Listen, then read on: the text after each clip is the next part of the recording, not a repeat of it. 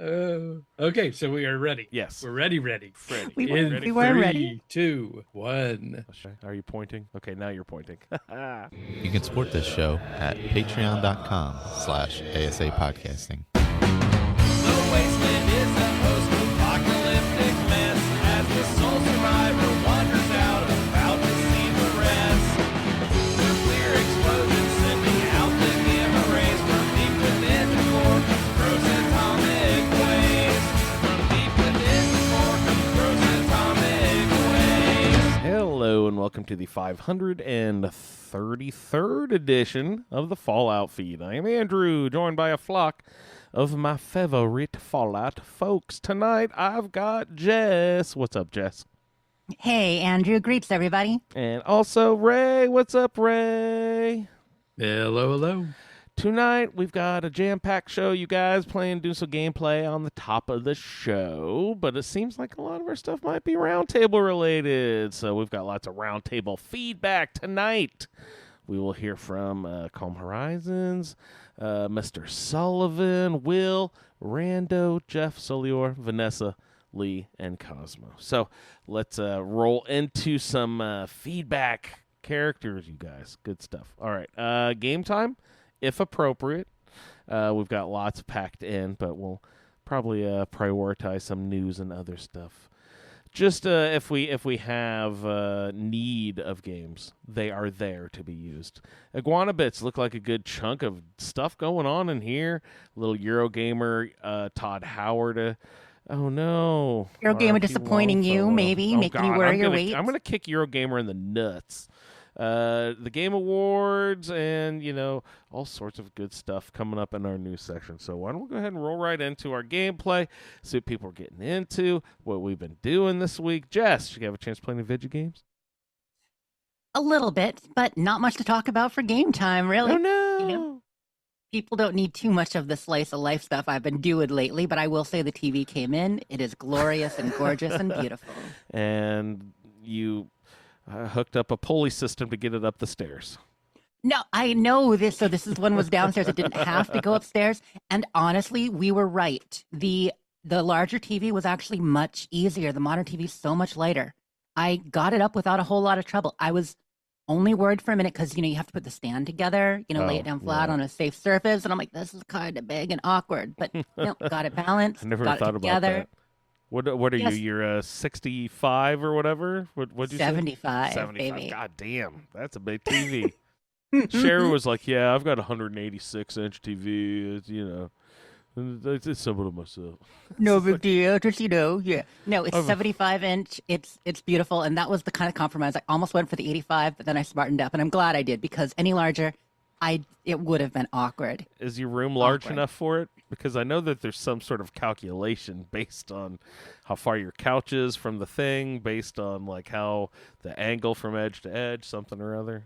I don't believe in respecting those calculations. Bigger is better, Andrew. If you sit for... I've been to Will's house. Yeah. Oh, does he have a... You're about 4 feet away from a 100-inch TV. Yeah, I think he said that he got the 85 and that it is just it was really it was glorious. But yeah, when you're sitting there, it just there's no more room for peripheral vision. It's like being in an IMAX theater every time you game. And I mean, I have that with the 65 in the computer room now. I'm wicked close. But downstairs, with the 75, no, it's perfectly reasonable. It is large. What's interesting is in the room itself, it only looks a little bigger because the old one, like I said, had a 2-inch bezel, and this one is bezel-less. But then when you turn it on, you're like, oh, damn, that's a screen. And I also got new backlights for it, too. I got some really nice Govee brand LED backlights. So now it's all hooked into my smart home. So apologies to anybody whose house I affect, but I walk in there, I'm like, okay, G, TV lights on. And my TV backlights pop on, my colored lights pop on. It's like, vroom. I can get on the comfy couch, all ready to game. It's beautiful. But I love that. And here's the problem. Fallout New Vegas isn't on that TV. I mean, it is, but not the one I'm playing. It's on up here. So I got to slum it with my 65 and my adorable futon. So no, I'm loving it both ways. No matter where 65. No matter where I game, I'm doing great. So yeah, no, that happened. That was good. And this week, then put out the last week's podcast, which sorry didn't come out till Wednesday morning, y'all. Tuesday night, Wednesday morning. But I hope y'all got it. And I did a little separate bits for that. I did the bits at like 3, 4 a.m. I'm like, so if I sound a little bit marvel mouthed, a little bit low energy, that's why they were sleepy bits. I remember when I get excited when I got my 20-inch TV. Oh gosh, do you remember? Yeah, like playing, like talking about gaming too, like gaming on the old TVs. And just, I remember, like, how did we even read some of those fonts back then? Like Final Fantasy VII, for instance, for my Final Fantasy gamers, like I played that on a 20-inch, like maybe a 21-inch. It's so tiny. You had to have like an RF adapter fork thing that you put under a screw into the back of your yeah. TV. Do you remember up those? to your antenna, yep. Yep, you'd be like channel 3 or channel 4, channel 3 or channel 4. Oh man, it's rough, you guys. But we are definitely, I mean, honestly, so much is plug and play. Like as much as setups have gotten more complicated in some areas and there's still things to figure out, like now you've got different generations of USB adapters and HDMI cables. Like my receiver it'll do 2.0 pass through, but really it's 1.4. But in order to do the wake on, I need like 2.1 HDMI. Like, there's these new things. It's still so much simpler than it used to be in a lot of ways. You just need to scrap everything, buy new everything all at once so they all can communicate and they're all in the same generation. And to be fair, like Rando mentions in chat, we didn't even know we were struggling back in the day with how small they were. And it's true, but for about the week and a half, 2 weeks, I didn't have a TV downstairs. I actually did hook up a computer monitor for a little bit just so I could watch down there too. And it was kind of funny sitting on a couch it was a 27-inch computer monitor. And You're it like was holding it up into your face like a book. Yeah. No, it was 12 feet away in my room. The whole calculation thing, right? But yeah, it was 12 feet away, so I actually scooched the couch closer while I had that going I can on. only imagine. Oh, it was funny. But besides that, this week, no, I played a little New Vegas, played a little Bollocks Pit. I'm still grinding away on that.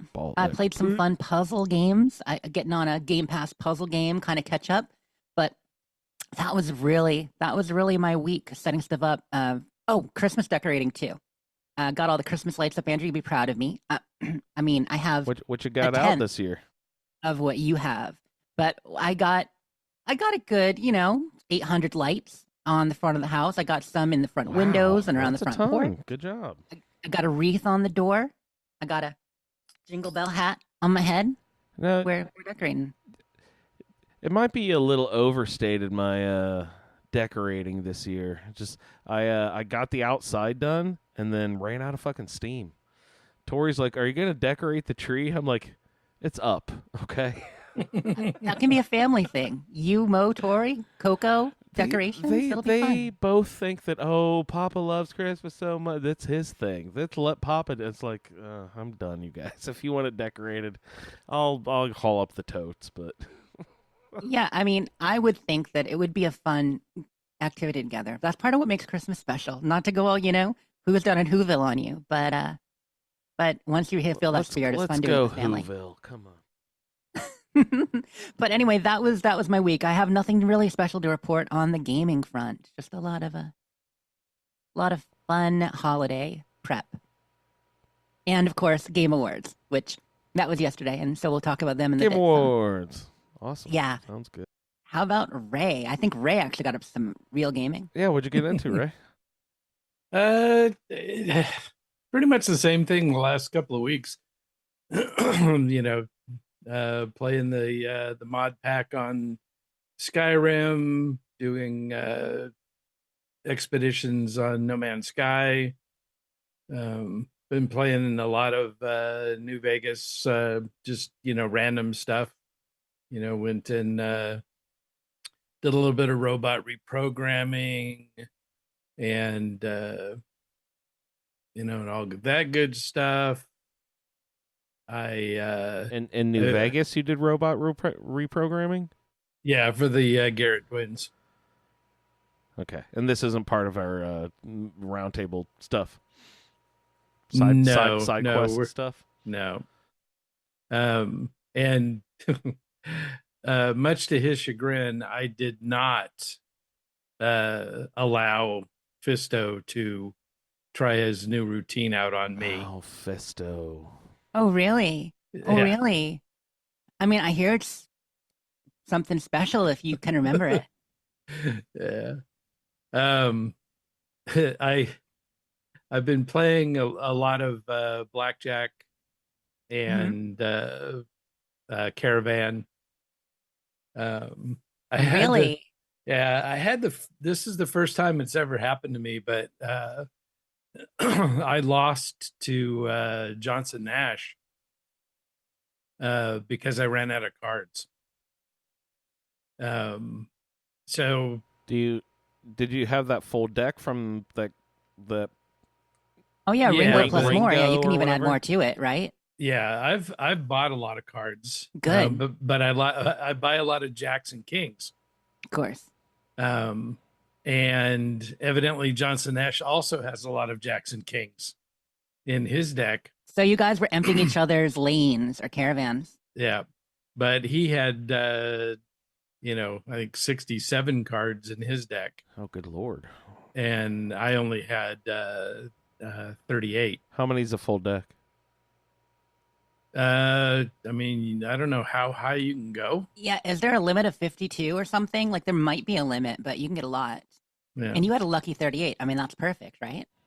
Are they the same as like a normal deck of cards? They're 4 suits and but you ace can through 10 and jack, queen, king.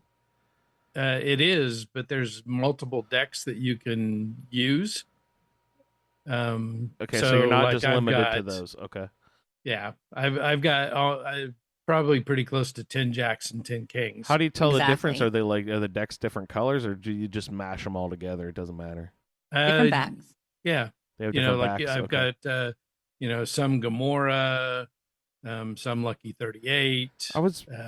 I came across some Reddit 'cause I haven't started playing Caravan because I went to find Ringo at the jail because evidently he was supposed to go over there after you do something. Like, I don't know, he's supposedly there.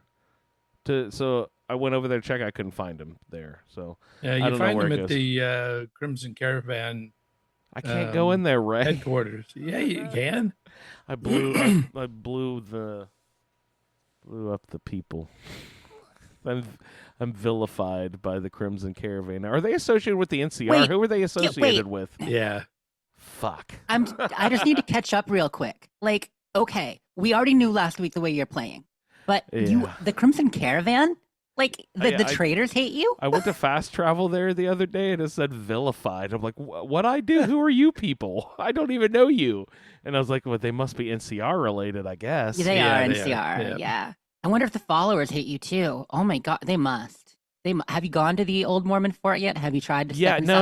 inside? I've been there a bunch. I've tried to talk to Arcade, and he keeps telling me to fuck off. I'm just like, come on, buddy, let's go on a trip. He's like, why would I go with you? I'm like, Yeah. I don't No, know. You've got bad karma.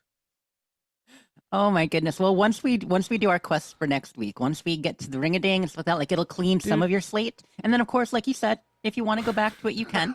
I mean, I know we're in Ray's gameplay. We start talking to you, but I mean, I just couldn't believe you were vilified by the Crimson Caravan. Dude, Arcade seems like he's a legionnaire anyway. If you talk to him, like some of the shit he says is like he's all into Latin and stuff. It's Enclave.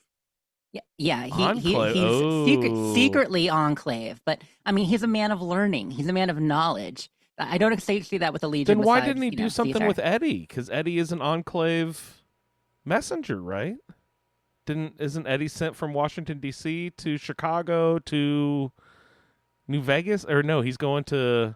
Yeah, essentially, but you don't necessarily know that at this point in the game. You know what I mean? Like we're all playing with future knowledge and having played many, many times. Yeah. But when you do get Edie adjusted, the followers are one of your choices to do so. Ultimately, Okay, I just completed his quest and got his like perk or whatever. So I wonder if I take him back to Arcade if the like dialogue will change or anything. Probably not. But I don't know. Do you have to do a quest to get Arcade Ganon to want to follow you, or just like improve my karma, like you said, or I actually don't remember. Do you know, Ray? He is my assigned Mm. companion, so I'll be getting him probably this coming week. I still Yeah. haven't been to Freeside, but I'll be going there this week. Yeah, I think you just have to have good karma. Okay, he just dislikes me. That would make the most sense. Yeah, maybe you got to do at least like the first introductory thing. Maybe you got to finish like Ring a Ding, talk to Julie Farkas once. I haven't done and then, that you know. yet. Yeah. Wait. No, okay, yeah. Ring-a-ding's after he went that way. Yeah, I haven't done that one yet. Yep, that's what we're doing for next week. Yeah, gonna go get Benny. Right?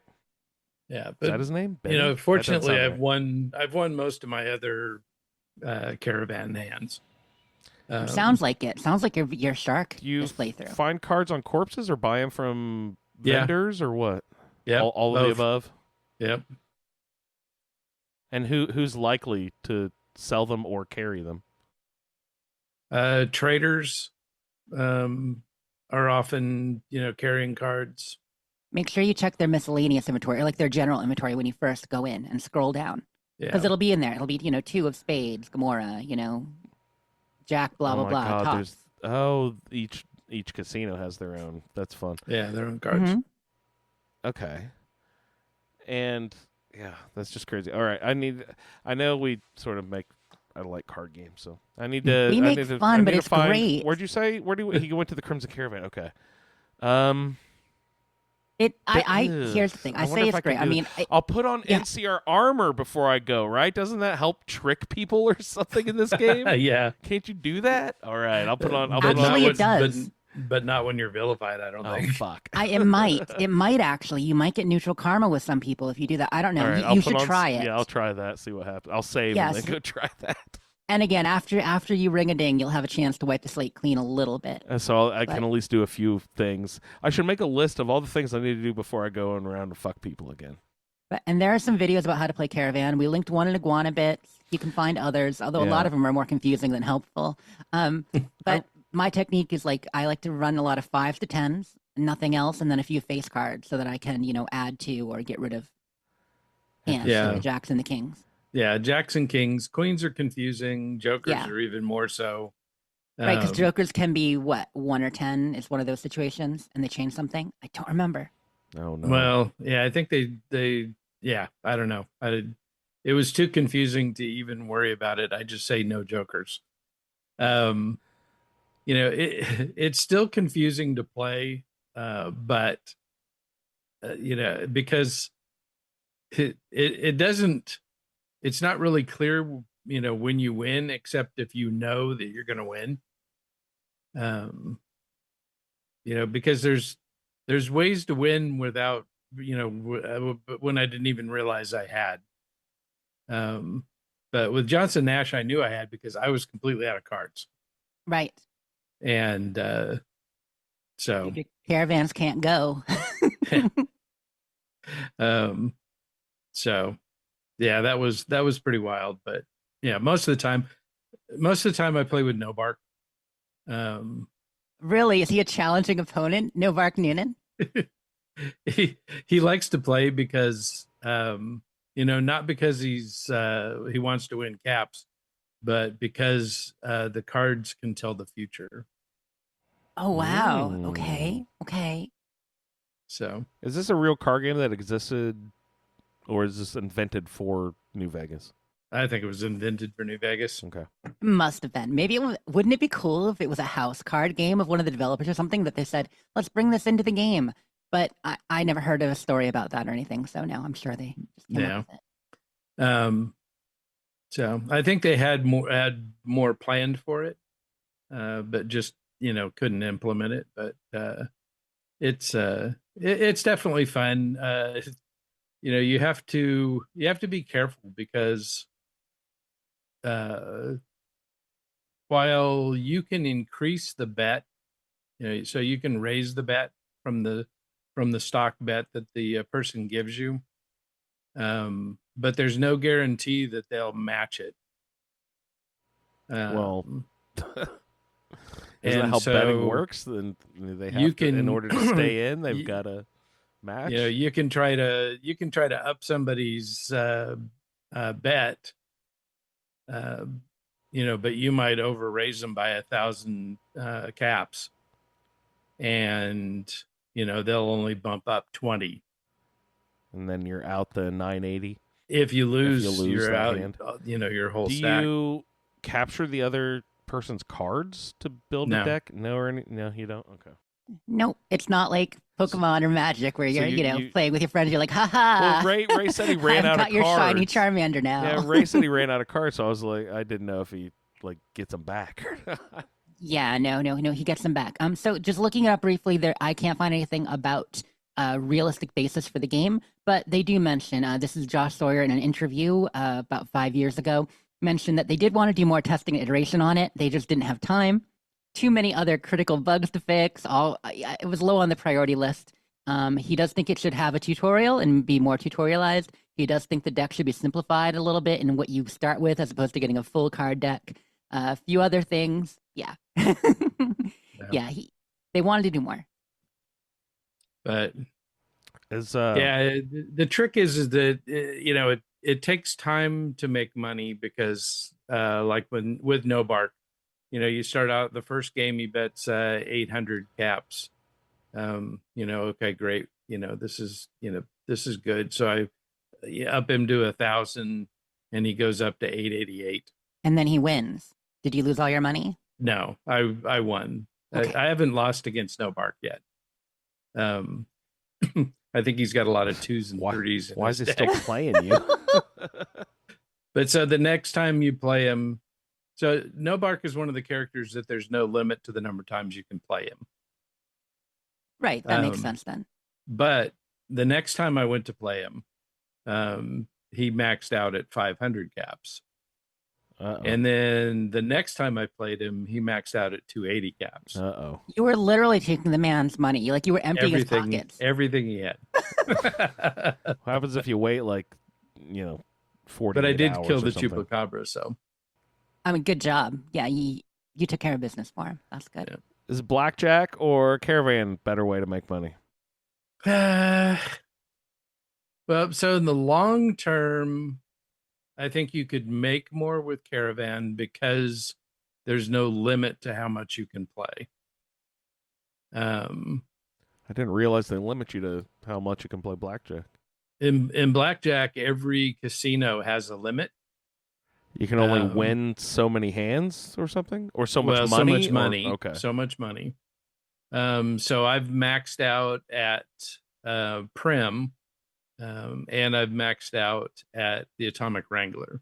So if you want to play blackjack more for entertainment than money, you bet lower and just play. Bet low. Bet and just small play a lot bets. more. Yeah. On the pulley pull machines too, the slot machines. There's probably a limit how much you can realize win you could too, play right? slots. Are those in all the casinos? Most of them, right? Nice. Yeah, I don't know. I never play slots. So is there roulette? There are roulette tables, but I don't think you can play it. Actually play.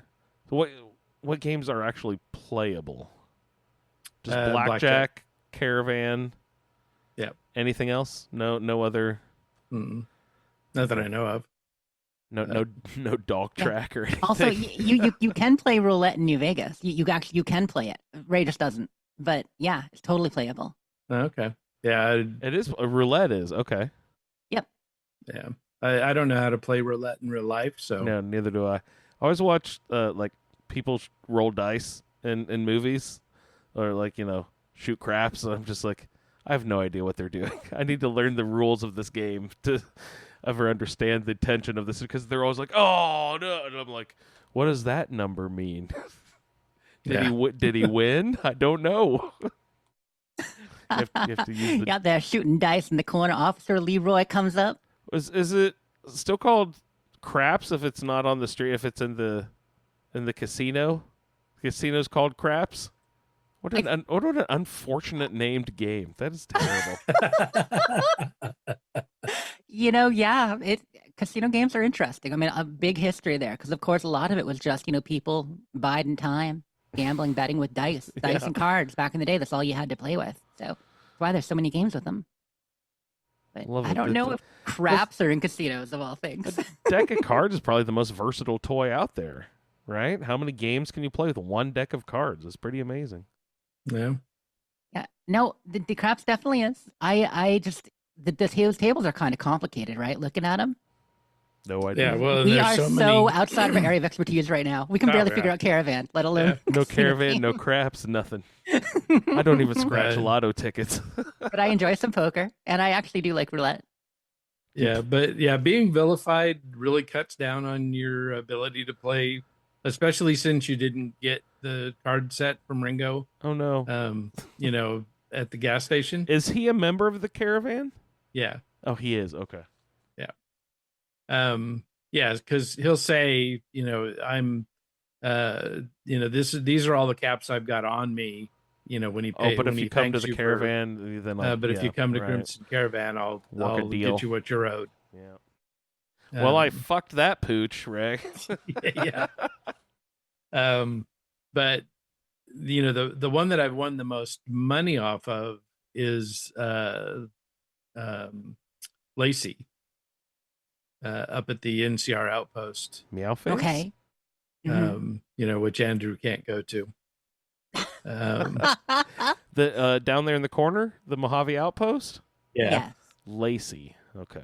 Yeah, she's cool. she's the bartender. If she doesn't hate you, at least. Yeah.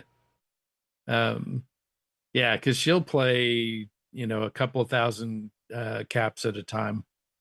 So, but I think she has a limit to the number of times you can play her. So if they do have how can you tell beforehand if they have a limit? No, right? You just have to know that beforehand or look it up or something. Yeah, it's on the wiki. Okay. And if there's they no do way have, to tell, in game. if they do have a limit, then strategically you want to bet high to make the most money possible because there's a limit to how many times you can play. Yeah. But unlimited players, like you said, what would you say? Bark? No bark. No bark. Yeah. He you can play unlimited times, but his funds dwindle as you win all of his money. How does he replenish that then? Does he, if you wait 2 weeks, 48 hours? Like what's?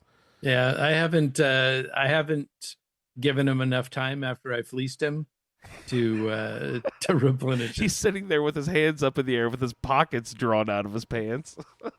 Well, you know what little pants he's got left. They're pretty threadbare. Ray took his No pants. thread, Noonan.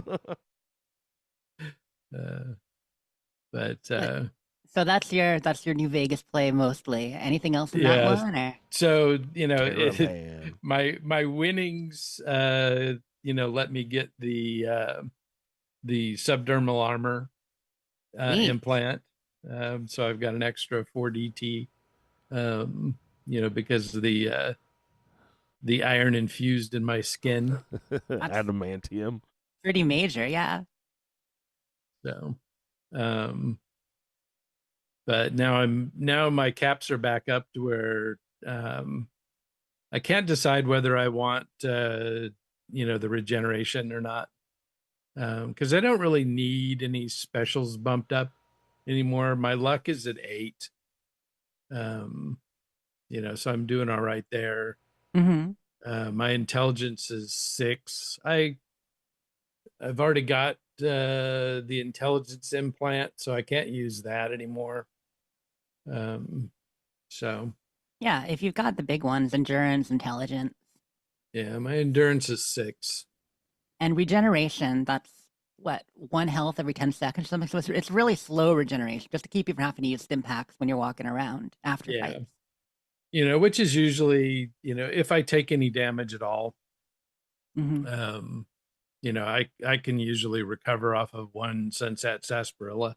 Yeah, that makes sense. And I mean, it's a lot slower than like Healing Factor and 76 or some other skills like that. Is there like a purchasable player home, or do you guys bother with player homes? Like, do you stash stuff, or do you not bother with that? Yeah, I mean, this playthrough, I'm not bothering with it. I'm not really doing any crafting or anything.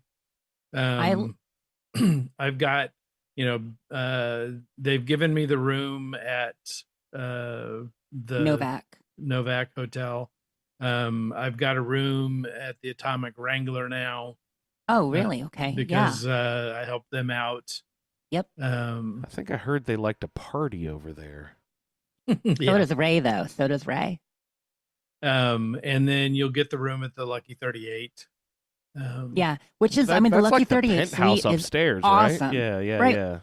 And if you're siding with Mr. House, it's great. If you're doing Yes Man, it's great. I mean, if you get it as long as you can get it, it's meant to be a significant location. But if you take a while getting there, like it's not. I almost feel like you get it a little bit late in the game, even though technically it's not even halfway through. You know what I mean? Like, there's a reason why it's our third. We're gonna get there for our third quest section next week. We're finally getting to the region where we can move in and start doing all that. So it's not that deep into the game. But I always set up base in Novak myself. I like having a house. I like having a place to store stuff, but I usually just use Novak. Maybe this time a little different. And of course, people using mods, they're getting their own fancy houses. Well, I remember in Fallout 3, the Megaton home, like you could do quests to like furnish it and stuff like that, right? Like, but there's nothing like that in New Vegas. There's no real player home that you have. No. Okay. Have a I've got Codsworth in. I've got to shout out Sullivan real quick. He says you can have the whole Bison Steve if you want it. It's true. It's true. You can.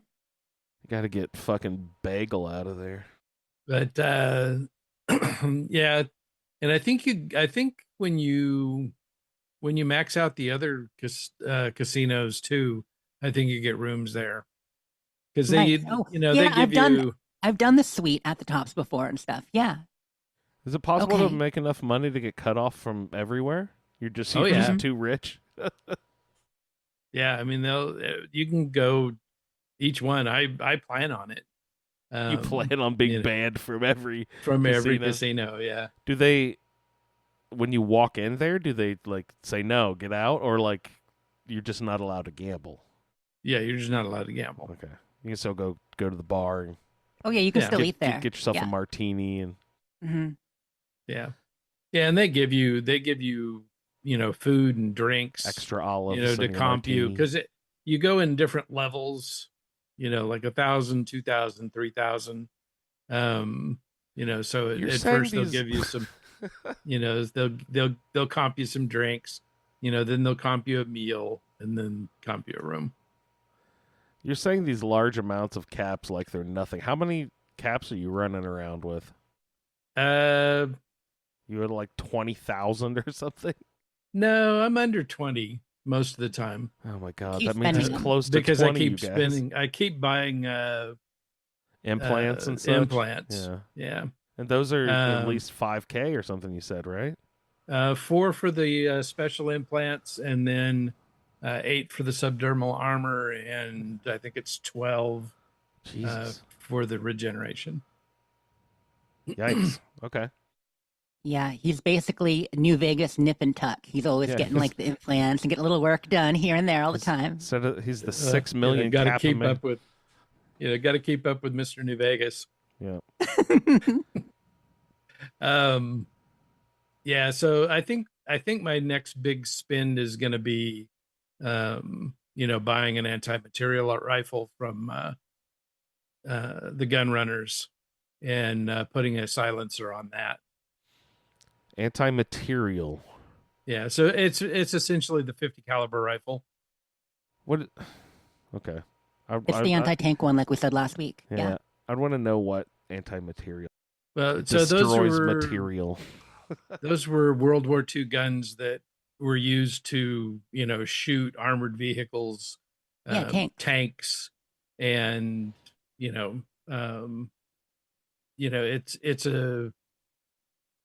it's just a really super high powered long range rifle. I'm told they're also good for death bunnies.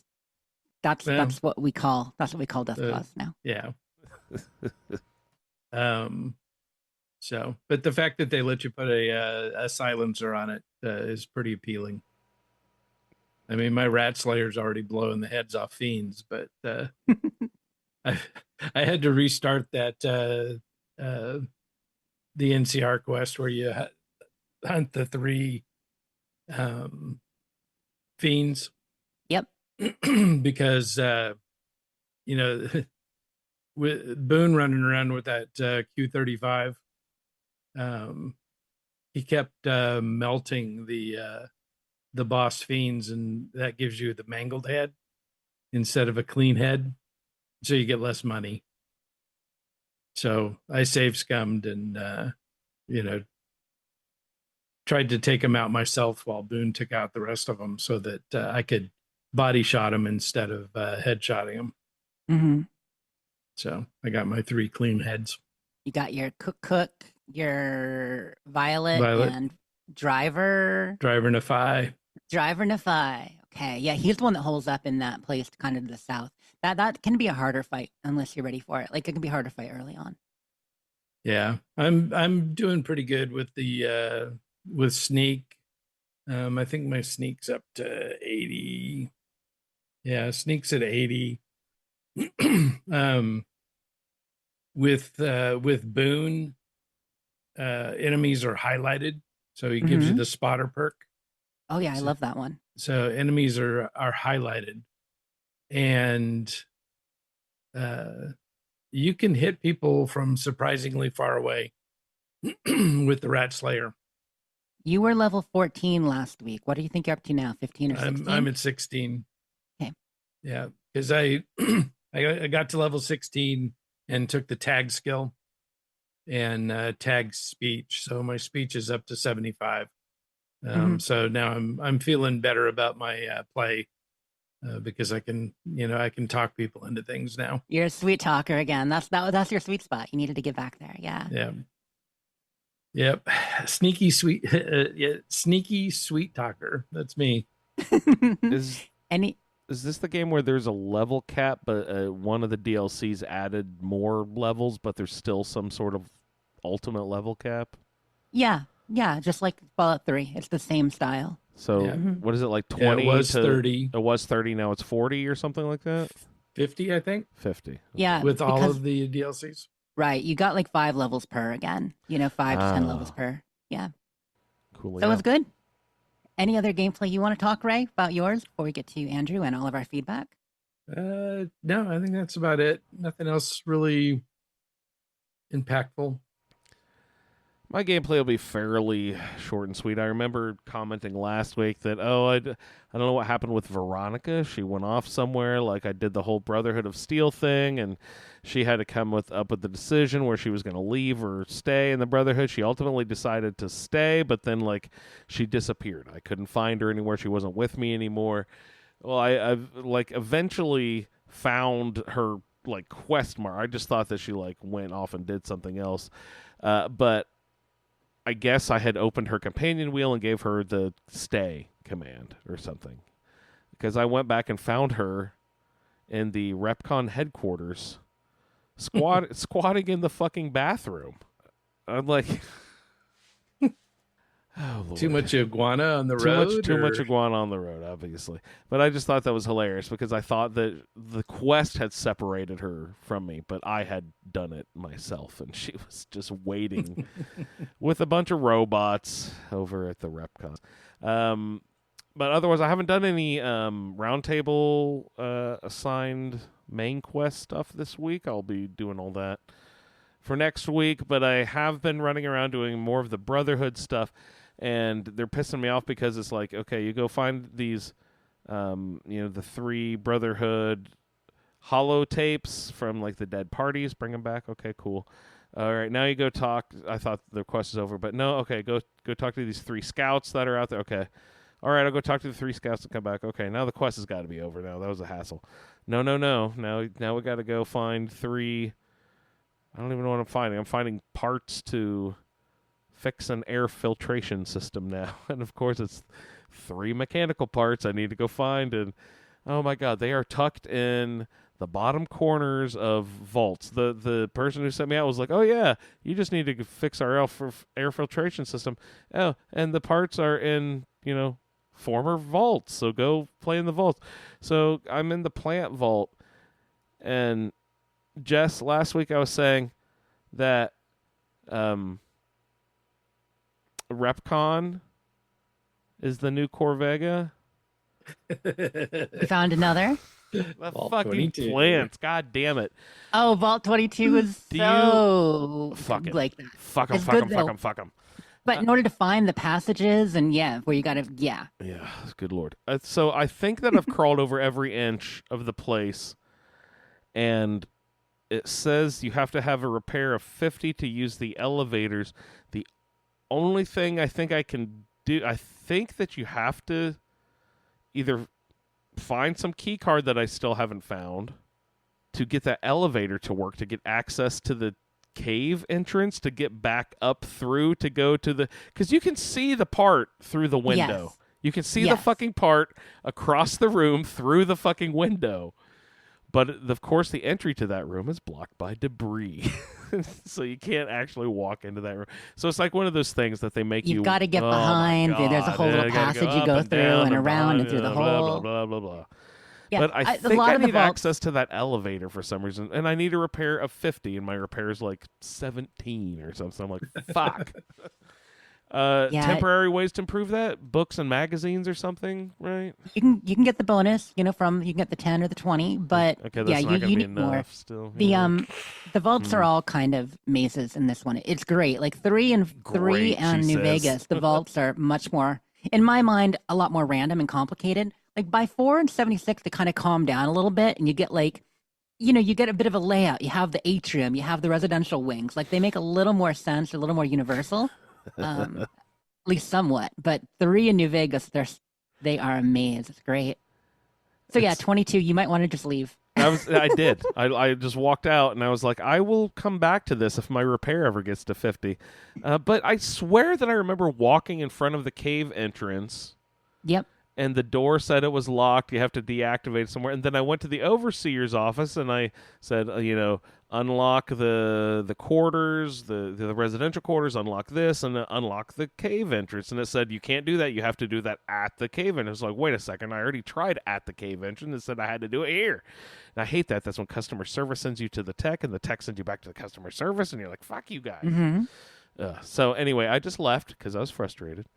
And that's where I am. I popped out of there. Were you able to get the quest to explore Vault 22 from the NCR, or do they hate you too much? Did you just go there on your own? No, the Brotherhood marked it on my Pip-Boy. Oh, the Brotherhood did. They pulled a Preston. Okay. Yeah, I don't think he could get into McCarran. Yeah, probably not. I might be. Well, I can use I can clean my slate again. So. The only other thing that I played, and I didn't even play it this week. I played it last week a couple of times, and I think that I've heard you guys talk about this in passing. Maybe it was on a Dames Who Game or something. Have you guys ever talked about Blueprints? Oh, yeah. I talked about Blueprints a bit. Yeah. I played it, and a few of our other friends played it when it came out. Like, what was it? May, June? Oh, it's that recent? I thought it was longer ago than that even. Blueprints was this year. I don't remember the exact release date, but it was this year. I played it, for a few hours, and I find it pretty intriguing, because I like those, Myst and Riven type, like, it is kind of like that. It's like a roguelike version where each run is different, and it's funny. There are times where you get frustrated, but little by little you open it up, and it's good. It's spelled blue like Prince, Prince, but then I realized the pun not too long after that you're writing blueprints as in construction, like AutoCAD designs. Oh, good Lord. I was embarrassed when I finally figured that out. No, it's clever. There are people who played it earlier this year who because there was a joke about it during the Game Awards, and I saw someone who was only just putting it together now. So you're not alone. That's funny, but it's a pretty intriguing game if you like slow, repetition puzzle sort of that game. It's pretty fun if you like that sort of thing. But yeah, that was pretty much my gameplay this week. Oh, and just earlier tonight, I started my I almost said adventure shelter. It's not called adventure. I don't know what it's called. Seasons something. Seasons is out for Fallout Shelter. Yeah, Steve gave me the tip right before the show started, so I was like, hey guys, let's get the show going. And Jess was like, okay, we'll see you there. And I was like, oh shit, Shelter just dropped. I'm going to play that for a little bit. And then Jess shows up. She's like, where is everybody? fucking Andrew off playing Shelter. Well, I'm glad you got a chance to play, though. I get Like, caught I don't know up. if It's the best game. I don't know if you really got to dip your toe in. What do you think so far? I think that you need to open up the overseer's desk in order to really start playing the seasons thing, and that takes 18 Right. 18 dwellers, so at least probably a couple hours of gameplay. But the very first stuff that the seasons are asking you to do is very similar to the tasks that they give you in that little clipboard or whatever, where it's like collect 50 power, collect 50 water, collect rush 12 rooms successfully, that sort Is of there a stuff. special theme to it at all that you saw? Yes, and off in the background there's New Vegas. I think we have to. There's something with Novak, and the whole. I think the quest line probably takes us through Novak or something. I'm not exactly sure because I haven't opened up the overseer desk yet. But in order to do the quest and do all that stuff, and the only thing I'm sort of bummed about is like this vault's going to go away, right? Like after it's That's the they're problem so with seasons in temporary, general, yeah. right? But then again, you do that yourself, and I think I do, think but the that's vault doesn't my have to choice. go away. You just have to start again with the new season. So you might be able to keep this vault outside of the season and then start a new one. Oh, I think I started it's different a for every new game, but a lot of them do it that one. way. I started a new one for this one, but I don't know if I had to.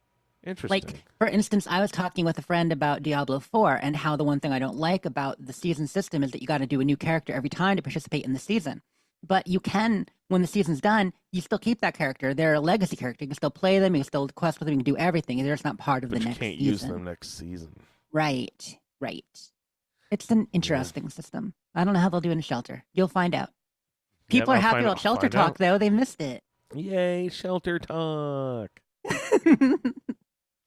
All right, so that's my gameplay. Let's roll into some feedback stuff. Or, no, not feedback. Let's get into some roundtable stuff. What is it with the roundtable stuff? All right, Jess, it looks like we have Calm Horizons up on the docket first. So let's take a listen. Hey there, Fallout Feed. This is Matt, Calm Horizons on the Discord. And with me again, I've got Nikki. Say hi, Nikki. Hello. And here we go. This is feedback number 2 for my character, Stella Wren. So, all right. So we're supposed to talk about the quest this week. And first one is going to Nipton. And so I didn't want to pick a fight with the Legion right away because I didn't think that I could handle the assassin squads that come after you if you kill all those guys. And so I just let them go. All right. Then heading up to Novak, Cliff there was selling a Power Fist, which is a very welcome upgrade for me. And Probably is. I had a plan because all of the guides for unarmed all say you've got to go to Bonnie Springs right away because there's a unique pair of spiked gloves, spiked knuckles in Love and Hate. Bonnie Springs, right? The Love and Hate. And so I am not somebody who even wants to try to go north from Good Springs. And so the plan was always to go all the way around. And so once I got the Power Fist, I already had Eddie with me. And so I headed up to the 188 because Veronica's up there and she was my assigned companion.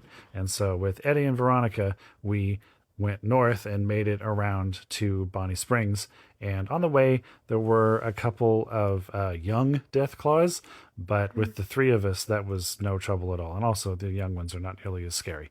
Made it to Bonnie Springs, killed all the guys, got the Love and Hate. So, with the Power Fist and Love and Hate, I got rid of all of my other weapons, and I'm Terror now. And so, with those, I went to RepCon and did all that, no trouble, made it down to the basement, and kind of, I mean, I don't know.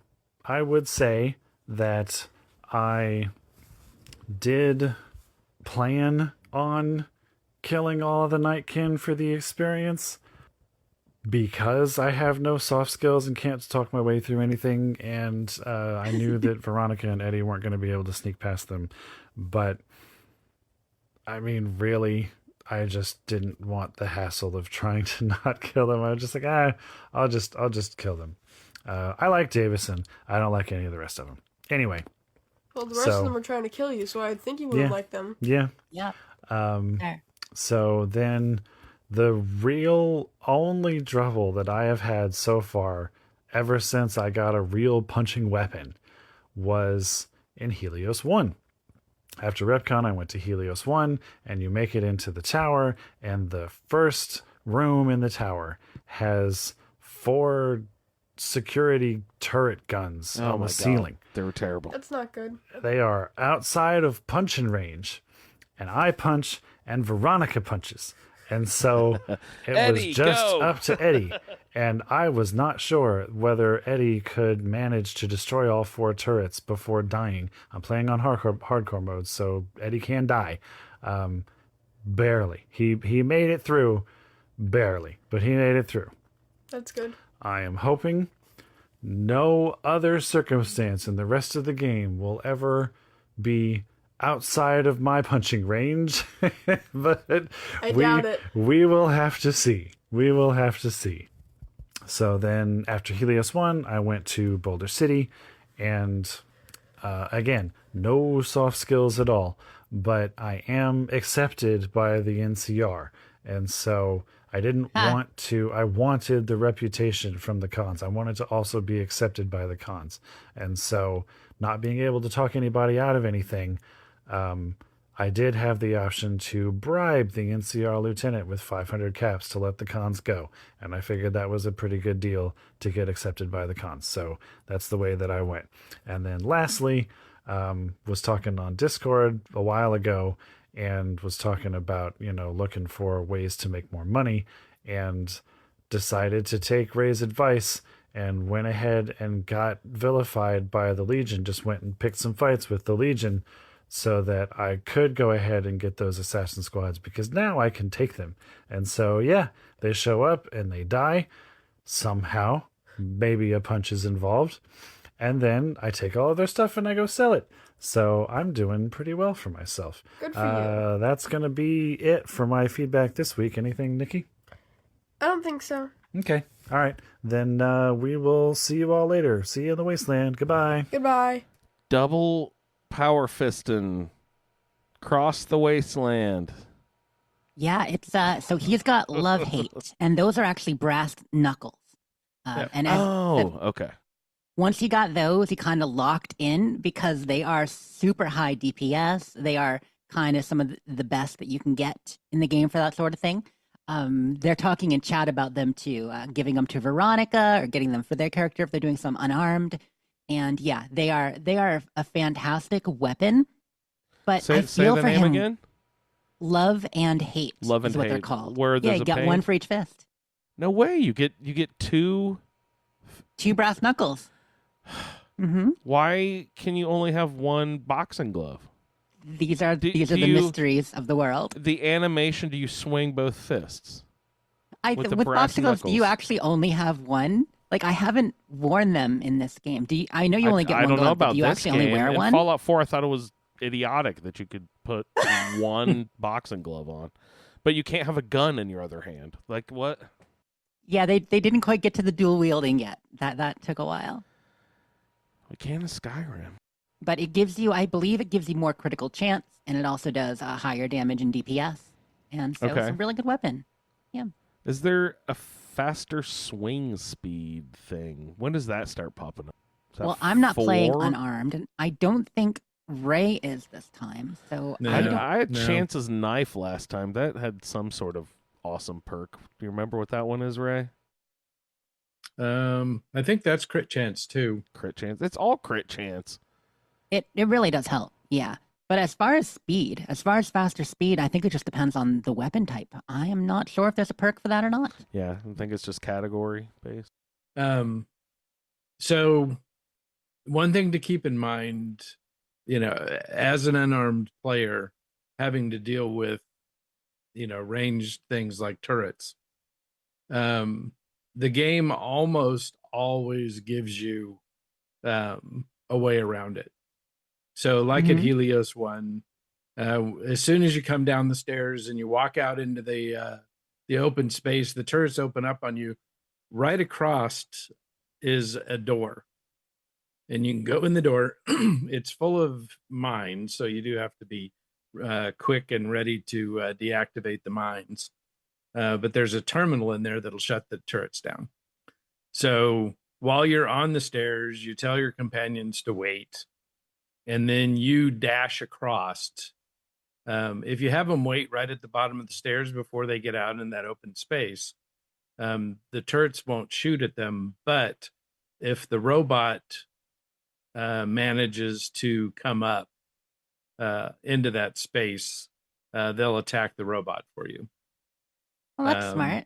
But you get in that room, you turn off the turrets, and then everybody's copacetic.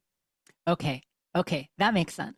It was funny when we were talking about those guns. It reminded me of in the entrance of the Gauntlet in Nuka World, partway through. Remember where there's that room with 12 turrets that you have to fight? Like, how do you guys, as people who play Melee sometimes, how would you deal with that melee?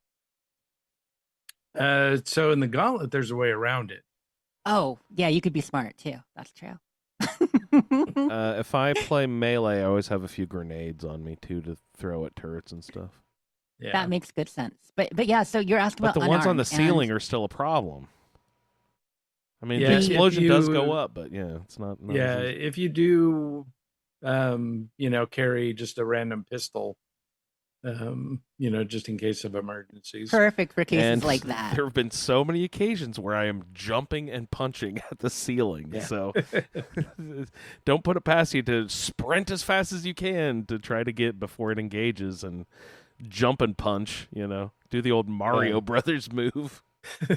Well, and if you jump and then VATS, Oh, if you can that's get within smart. VATS range, it'll give it to you. Especially a blitz and Yeah, That makes shit sense. there- going on, There's yeah. been a lot of times with Blitz where, the turret's within range of Blitz, you're behind cover, and Blitz does this weird thing sometimes where if there's an object between you and the target, they'll just show you throwing a punch or stabbing with a knife, even though you're 15 feet away.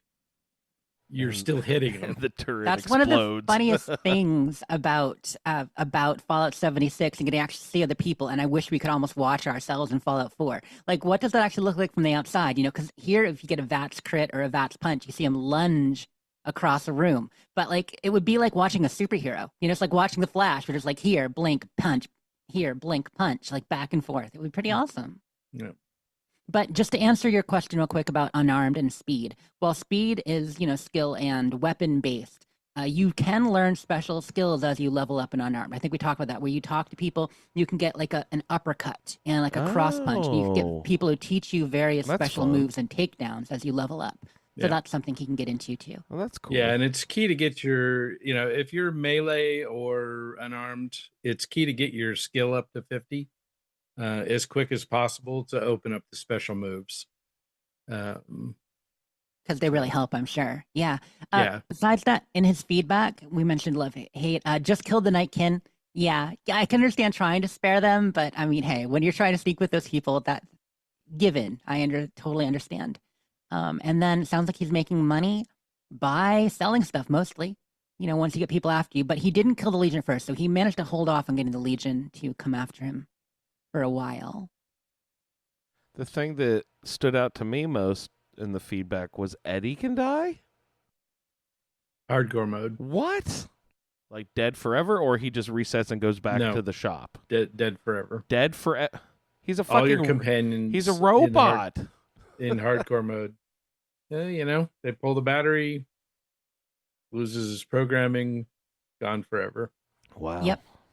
But you can fast travel in hardcore mode. Like, it's an odd mix. It's not the same as survival, because you can fast travel in hardcore where you can't in survival. But your companions can die, whereas, they just get knocked out and go home in survival. Is it the same as survival where they do more damage, but so do you? You take more damage, you do more damage, that sort of thing? I'm not sure about the damage curve. I don't know if it changes the damage curve much or if it just makes you eat, drink, things way more, stuff like that. People can die. You have to... I don't- you have to eat and... I Mhm. guess that makes sense.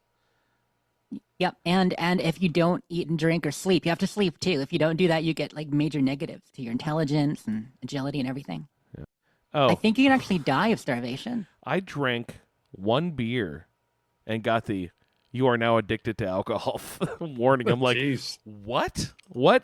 And then I was like, what the hell? Like, is it your endurance that has your alcohol tolerance in mind? Like, what? Nancy Dictates- Reagan warned you. I guess Andrew, so. I'm sorry. One beer, and I was on the deep end. Like, so then I was thinking, what is your resistance to that? What dictates how many beers you have to drink in order to get? Yeah, Addicted most to that. everything is, done off of percentages of chance. Oh, okay. So I just got the 10% or whatever. Yeah, you just happen to hit it. That's funny. I was just like, really? One beer? Good Lord. I've got one more thing before the next feedback. Yes. Chat is chiming in on your question about why there's only one boxing glove. Yes. We hear because boxing gloves are no love and hate. Because you could never open any doors. You couldn't eat and drink. You couldn't unzip to pee. Like, these are all important things, I guess. So. Guys, I didn't say you have to tape them on forever. You can slide fucking gloves off. You know how you don't always have to point a gun in people's faces when you walk into a goddamn room? You can holster that shit. You know how you can also carry 400 pounds in this imaginary backpack? I think you can slide your boxing gloves off if you go into a ring, You don't always have to wear them. After a while, they become a part of you. I can't. That is your mutant superpower. Your boxing gloves have become molded to your skin. You're like the mole miner guys who you grew into your fucking breathing apparatus or whatever. All right, feedback. Let's roll. Who you got next, Jess? We got motherfucking Mr. Sullivan. Hello, Fallout Feed. Sully here, reporting in on the adventures of Dixie Belle. Dixie slowly, groggily wakes up. Her head is throbbing. She has no idea where she is and what is going on. She sees a face start to appear as her eyes clear. It is a doctor, Dr. Mitchell, who has been taking care of her. She speaks with him and he explains what happened, at least as far as he knows, and tells her all that he had been doing to take care of her. He then leads her over to a small machine to do one final test. It's the Vitametic Vigor Tester. It's supposed to give her her special attributes. She just shrugs and doesn't argue. She takes the test and gets the respective results. As she looks at the paper, the numbers read out 8, 5, 7, 4, 6, 7, and 3. She imagines they are important, but really doesn't take much stock in it. She thanks the doctor for his help, and then liberates a few items that look neglected on her way out. As she wanders around the town, she runs into a young woman in the bar named Sunny Smiles. Sunny offers to take her and help her get her wits about her again and practice some of her marksmanship. She goes out and shoots a couple bottles, and then Sunny offers to take her on an adventure to clear out around some of the town wells. Not having anything better to do at the moment, and not sure where exactly to go to figure out what happened to her, she agrees and follows Sunny. They go out and take out some of the geckos that are inhabiting the area around the wells. At the second well, her instincts kick in, and Dixie runs up with her trusty machete, killing the geckos and saving a young woman that was there getting water. The woman thanks her and gives her some supplies as she hobbles off back to Good Springs. Sunny then takes Dixie over and shows her some medicinal recipes at a campfire. She thanks her for her help, and then they head back to Good Springs. Before going back, though, Dixie decides to do a little exploring around the area to see if she can figure out what happened. She goes up to the graveyard where apparently she had been buried, and she finds some mysterious cigarette butts. She picks them up. She's not sure what they mean, but she knows that the pieces will fall into place soon enough. She does a little more exploring and finds a cave Pack of coyotes outside. She knows that's not going to be good for anyone, so she starts taking out the coyotes one by one. As she explores the cave, she finds plenty of their victims, one of them being a bright follower. She thinks to herself, apparently the poor guy wasn't too bright. She gathers what supplies and loot she can find and heads back to Good Springs to see Chet and unload all this junk on him. After talking to all the people and Victor as well, she learns a little bit more about the man in the checkered suit and where he headed. She goes into the bar and meets with Trudy, who is being accosted by some guy in a blue outfit. Apparently he is a powder ganger, an escaped convict from a local correctional facility. Dixie tenses up, wondering which way the situation is going to go, but it seems to end semi-peacefully. But this jerk, also known as Joe Cobb, is going to be trouble. She can feel it. She talks to Trudy, and Trudy says it is no big deal and tries to play it off, but Dixie knows better. Trudy tells her about the Crimson Caravan and guy held up in the gas station. Dixie speaks with her and says, you're going to have to stand up and take care of these powder gangers or it's just going to get worse. So she goes to talk to the man in the gas station. Before she leaves, though, she notices the radio is on the fritz and offers to fix it for Trudy because you gotta have good tunes. So that static is just nerve-wracking. After that, she heads up to the station and talks to a man named Ringo. He gives her the lowdown on the situation and also even gives her some goodies and a little deck of cards. They play a quick game of some card game called Caravan that she had no idea what she was doing, but amazingly she won. So she was pretty happy about that, getting a little more coin in her pocket. She goes back down and talks to all the other townsfolk and is able to recruit everyone to stand up to the powder gangers except for the old man with the dynamite, Easy Pete. But she figures she had enough support without him, so they stand up to the powder gangers, taking all of them out fairly easily. She bids her new friends at Good Springs farewell as she heads up the road, continuing on her quest to figure out what happened to her, who did it, and where her package was. We will cut her story off there for the moment. And thank you, and I will see you in the wasteland. The Cave of Coyotes. Yeah. Coyote Den, whatever it's called. I walked past there. And I'm like, oh, sweet. Like, because my perception ticked off. There's like 8 enemies there on the horizon. So I'm like, oh, sweet. Here, let's go get some XP and go kill. So I'm like, got them in my VAT sights. You know, get them in there. And I see like the den mother, like this giant big coyote. And I was like, oh, okay, let's go. And then like, I start to toggle my VATs around, and it's like all her pups. It's like it's like a mom and 7 coyote pups, and I was like, oh, I can't. It does feel kind of bad. Oh I know. God, I'm gonna go in and slaughter a mother and her little puppies. I can't do that shit. But also, they're attacking people, you know. So. Well, that's what the great part of having a high perception plus the perception glasses plus the perception perk plus the perception thing. Like, I'm seeing them from 2 miles off. They have no idea I'm looking at them even. Yeah. Oh my gosh. And the coyotes are not half as bad as geckos, because you've got to get really close to them before they'll engage. You know, and they'll give you the little, you know, body posture. They'll go into the you know, they'll lower their front legs and snarl at you. So it's really easy not to get attacked by coyotes. Right. You know, by just, you know, staying away. And, you know, those coyotes have not reportedly hurt anybody in town. So, walking down the road, you don't bother, you know, you don't get bothered by them. But on the other side, it's the only way to go in and get the laser recharging pistol right off the bat. A practical reason for it. I mean, I figure, yeah, you're right. You could leave them alone, but it's funny. Sullivan in chat says, nope, slice and dice, pup kebabs. So he's all for it. But I'm glad that he went back and we got some of this Dixie Belle story. I like the idea of Dixie Belle and Sunny Smiles getting along. Like I could picture them as a team. I think that's awesome.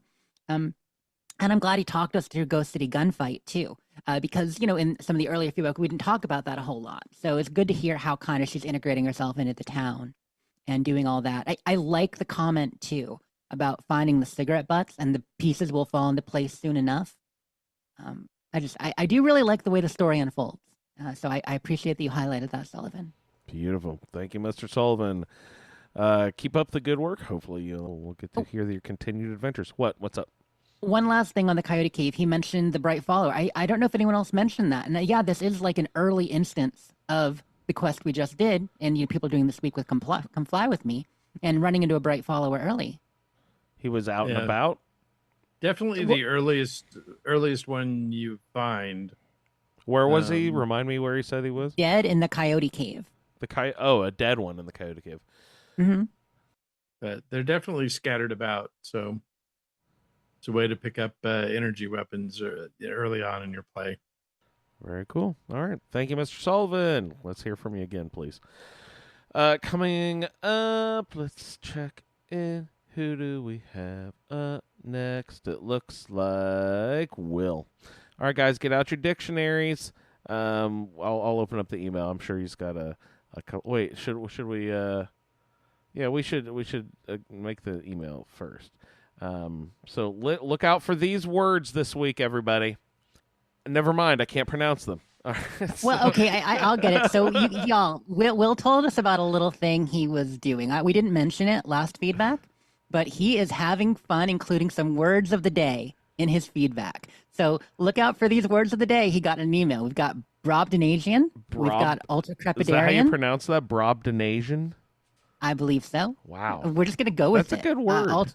Ultra Crepidarian, meaning a person who expresses opinions on matters outside the scope or knowledge of their expertise. Crepidarian. Bon vivant, a person who enjoys a sociable or luxurious Please. lifestyle. Let's hear the majesty of the language of bon vivant. Come on, let's get really lean into it. Say it. Bon vivant. Yeah. And constellate, which is to cause or form into a cluster or group. Yeah, of course, like a constellation of stars, right? Yep, and Brobdinasian means gigantic. Brobdinasian. That is a cool word. That looks like one of those Welsh words that have too many consonants together. It really does, yeah. All right, so... Or in the Fallout context, it would be the Brahmavadasian. Brahma. The Brahmin double heads. All right, here we go, Will. Wind howled through the Mojave, the dust blotting out the sun. Coyotes hid in caves, travelers ducked into whatever shelter they could find. But safely inside Cal's house, the kids played with Rex. One of them tossed a toy that went wide and hit a rifle on display. Careful there, sweetie. That rifle's got a lot of history. The rifle had a name, Bitter Memory, and the name fit. Funny thing, though, she'd never fired it. What's so special about it? It belonged to someone who helped me once, though they never knew it.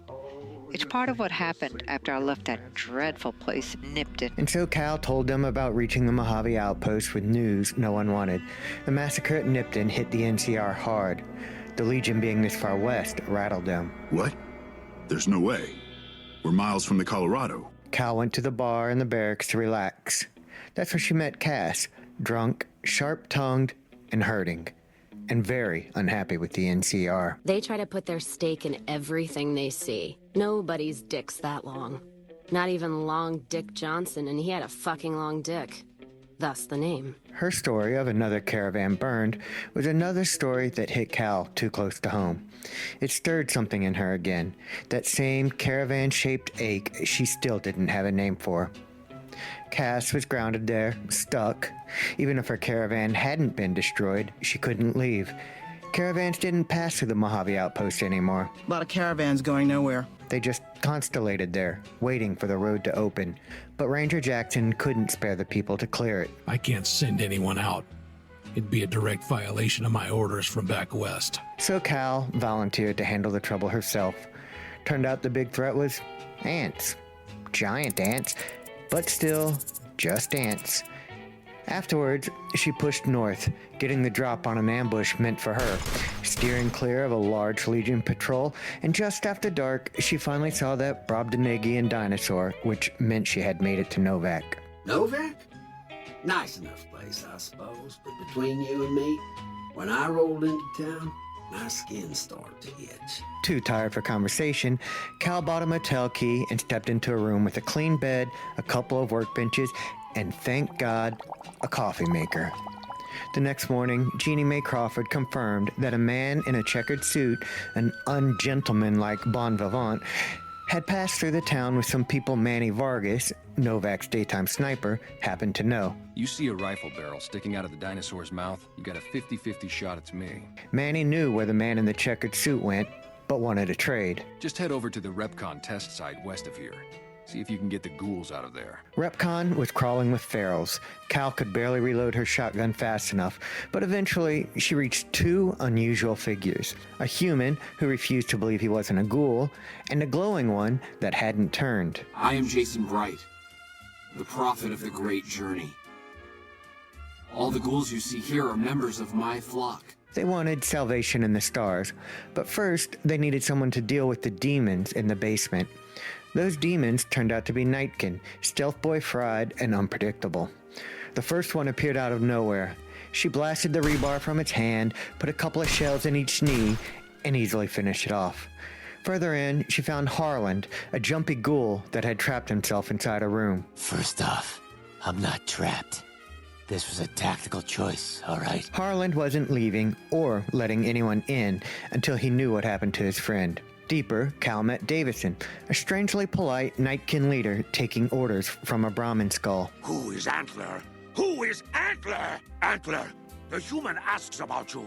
What do I tell it? Davison said they were after a stash of stealth boys that must be in the room that Harlan had barricaded himself in, but they'd leave peacefully once it had them. So Cal went searching for Harlan's friend. She snuck past most of the Nightkin, sparing who she could, but the Nightkin jailer spotted her, and she was forced to kill him. Harlan's friend was inside the jailer's cell, dead. Cal informed Harlan of the sad news, sparing the details. A small mercy. And he made for the surface, heartbroken. A terminal nearby revealed the stealth boys had been shipped out years ago. So Davison and the Nightkin left in pursuit. Disappointed, but gone. And with the basement clear, Jason Bright thanked her and asked for another favor. Rocket parts. So Cal trudged across the Mojave, killing more geckos, and negotiated prices at an old scrapyard. Hi there. I'm Old Lady Gibson, or so they tell me. Cal brought back all the parts, and damned if those ghouls didn't actually launch themselves into space. She watched the rockets streak upward and hoped for their sake that the far beyond was real, and they'd find whatever peace they were chasing. She returned to Novak, but Manny was gone. Not shot, not replaced, just gone. Cal stayed for several days, hoping he'd turn up. She met Ranger Andy, who taught her a Ranger takedown, and helped Dusty McBride with his Brahmin troubles. Somebody's been attacking our animals at night. We're down to less than half of what we had a few weeks back. No Bart Noonan, with all the confidence of an ultra-crepidarian prophet, blamed an invisible chupacabra, but it was actually another crazed Nightkin driven mad by the screams of Brahmin it heard in its mind. Every day, Cal checked the sniper's perch. Every night, she checked Manny's room. His rifle, bittersweet, still hung on the wall, untouched, but Manny was never there. Eventually, she opened his terminal, hoping for any clue of where he had gone. There was nothing personal, just a message from the Great Khans. They were passing through Boulder City, and the man in the checkered suit, Benny, was with them. That was enough. Cal took bittersweet from the wall, not to steal it, but to protect it. A promise to return it to Manny if he ever resurfaced. He never did. But at least now she knew where to go. Boulder City was half rubble, half memorial, and fully tense. The NCR had the Great Khans pinned down, their rifles ready, only hostages holding the fight back when Cal stepped in. Once the Great Khans have been killed or captured, you're welcome to retrieve any property they've taken from you. But Cal had other ideas. First, information. Second, and almost more important at this point, peace. Surely there was a way through this that didn't involve more blood. Inside, she found Jessup, one of the great cons that watched Benny shoot her in the head. His face looked like he had seen a ghost. What the hell? You're that courier Benny wasted back in Good Springs. You're supposed to be dead. Cal offered him a deal. She'd negotiate their safe passage if he released the hostages and told her what he knew about Benny. Jessup agreed and said that Benny was headed for the Strip and that he still had the platinum chip. Then he handed Cal a parting gift. Here, a souvenir for you. It's Benny's lighter. Shove it up his ass when you catch up with him. And that was that. Cal walked back to Lieutenant Monroe, pressed him to let this end peacefully, and against his orders, he let the cons go. The hostages lived, the cons escaped, no one died. A rare, bloodless victory in the Mojave. And that's where we leave Cal, standing on the road to New Vegas, Benny's trail finally fresh again. Goodbye, Cal. See you next week, I hope. Well, 2 weeks. Will, kudos, brother. Love that feedback. I got so involved into the story and various characters talking that I didn't catch all the words of the day. I only caught the Brobdinagian, or however you say it, for Dinky the Dinosaur. I think which was it's perfect. Brognognoganan. I thought that it was maybe going to be about Long Dick Johnson. So, better the dinosaur. I liked Daytime Sniper. Because he's right. There's a daytime and a nighttime sniper, but he's the daytime sniper. That was funny. That line that Will clipped for his feedback from Manny kind of highlights how clever the writing is in New Vegas. Just for even throwaway lines, like saying 50-50 shot, it's me. If you see a rifle sticking out of the mouth of the dinosaur, 50-50 shot, it's me. Like the choice of word shot with that, like it's so clever. Little thing. Beautiful but stuff. I enjoyed him rolling up with Victor commenting on Novak. The story that with Davison and Harlan that Cal actually spared who she could, except for the jailer. So good job. That takes some work for sure. I also like Old Lady Gibson's attitude. I'm glad you clicked that line. The whole Old Lady Gibson, or so they tell me. That it's just fun. A lot of cool characters. I like this style of feedback, Will. It's very nice. It reminds me of a combination of Pat's Arthur Let's Play and Mind Fog. You know what I mean? Something like that. Some mash between those two or something like that. Right, relating the story, relating the quest as a story for sure. Also, when she said, "Damned if they didn't make it to space." It's interesting that we don't really know where they end up and how they end up, but I hope for the best for them too. I assume they're dead over the next ridge. In most cases, we don't know where they end up. Yeah, things could go wrong. But wouldn't it be great if you got a message from space if you went to Helios 1 and got some message, "Hey, from the moon, what's up?" Yeah, related to you through Mr. House, since he's all connected. He's AI anyway. Hearing the different way people tackle things is kind of exciting because it does open up for people who have only played, once or twice, or maybe even a bunch of times, but haven't seen a certain, how certain choices lead. That's different. There are some people playing who didn't know about Harlan and the fact that you could work with him and, find his girlfriend and report back and have him stick with the ghouls. There are all kinds of twists and turns things can take. So it's neat hearing those different permutations. Also, I'm glad she resolved things peacefully in Boulder City. All right, thank you so much, Will. Let's check in with Rando. See what's going on with Rando this week. The Diaries of Myra Tenpenny, Volume 2, Entry 1. Welcome to this week's episode of Mojave More Problems. This week featuring religious ghouls, rockets, purple schizophrenics, commie ghosts, and snipers with bad attitudes. What is it with this place? Manny really could have just told Boone, "Hey, you're going to take a double, and I'm going to go take care of these ghouls." No, let's stand around and wait for somebody to show up to take care of it for us. I swear, this place... Anyway, this slacker sends me over to Retcon to take care of the ghouls. Before he'll tell me anything about the guy who shot me. I just don't understand these people. But Retcon wasn't too bad, except for some pharaohs running around. Met Mr. Bright. He asked me to take care of these demons that were in the building. You know, I don't mind helping this guy. They're working to achieve something, so it's not a problem. But when I get to the basement, I meet Davidson and his boss, Antlers. It just gets weirder by the day out here. Anyway, long story short, I went into the room directly down the hallway from where Davidson was and met Harlan. This is the only part that gave me any trouble. We talked for a minute. I thought we were cool. I didn't feel like running to the other side of the basement to look for his girlfriend. So walked around downstairs a little bit and looked for this invoice that Davidson, or Antlers, or whatever his name is, needed. The second I step up the stairs, this dude shoots me in the back. I was so mad. I just ran over and stuck my 9mm in his mouth. Ain't nobody taking him back to Doc Mitchell. So I stood around for a few. Found the invoice. Oh man, Antlers is not going to be happy. So I went back and let Overlord Antlers know that these were not the stealth boys he was looking for. But a deal was a deal. They agreed to leave. Went back up and talked to Mr. Bright. They needed a couple more things to get the rockets going, and you know what? Free rocket show. I don't mind. Went and collected them for them.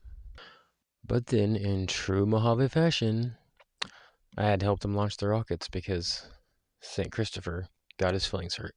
It was fine. I told him to go back to Novak, catch up with Nobark, and ask him about the commie ghosts. They're going to get along great. Godspeed, Mr. Bright. I hope you get wherever you're going. We're watching the rockets fly off into the sunset. At least I hope it was a sunset. We headed back to Novak. Back up in my buddy, Dinky the Dinosaur's mouth. I was talking to Manny. Finally, since I did something for him, he told me that I guess this guy's name is Benny, and his two great con buddies were heading to Boulder City, so I guess that's where we're headed next. I wonder what's going to happen there. Check in later. Entry number 2. Oh my god. That was way easier than expected. So apparently there was a standoff between the NCR and the Great Khans.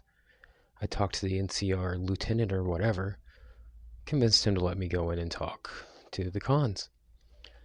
Get in there, meet Jessup. Yeah, he remembered me. Although I'm not a smooth enough talker to convince Jessup that I was a ghost here to haunt him, I was good enough to convince him to set the hostages free. So he set the hostages free, the NCR let them go, and he gave me the information I needed. It's not that difficult. Communication. Communication, people. Anyway, I guess this Benny whatever is in New Vegas somewhere, so I guess we're heading toward the Strip. Check in later. Entry number 3. So Veronica has convinced me to get an implant. With her passive, "You're making me carry all the heavy stuff, aren't you?" getting more and more aggressive.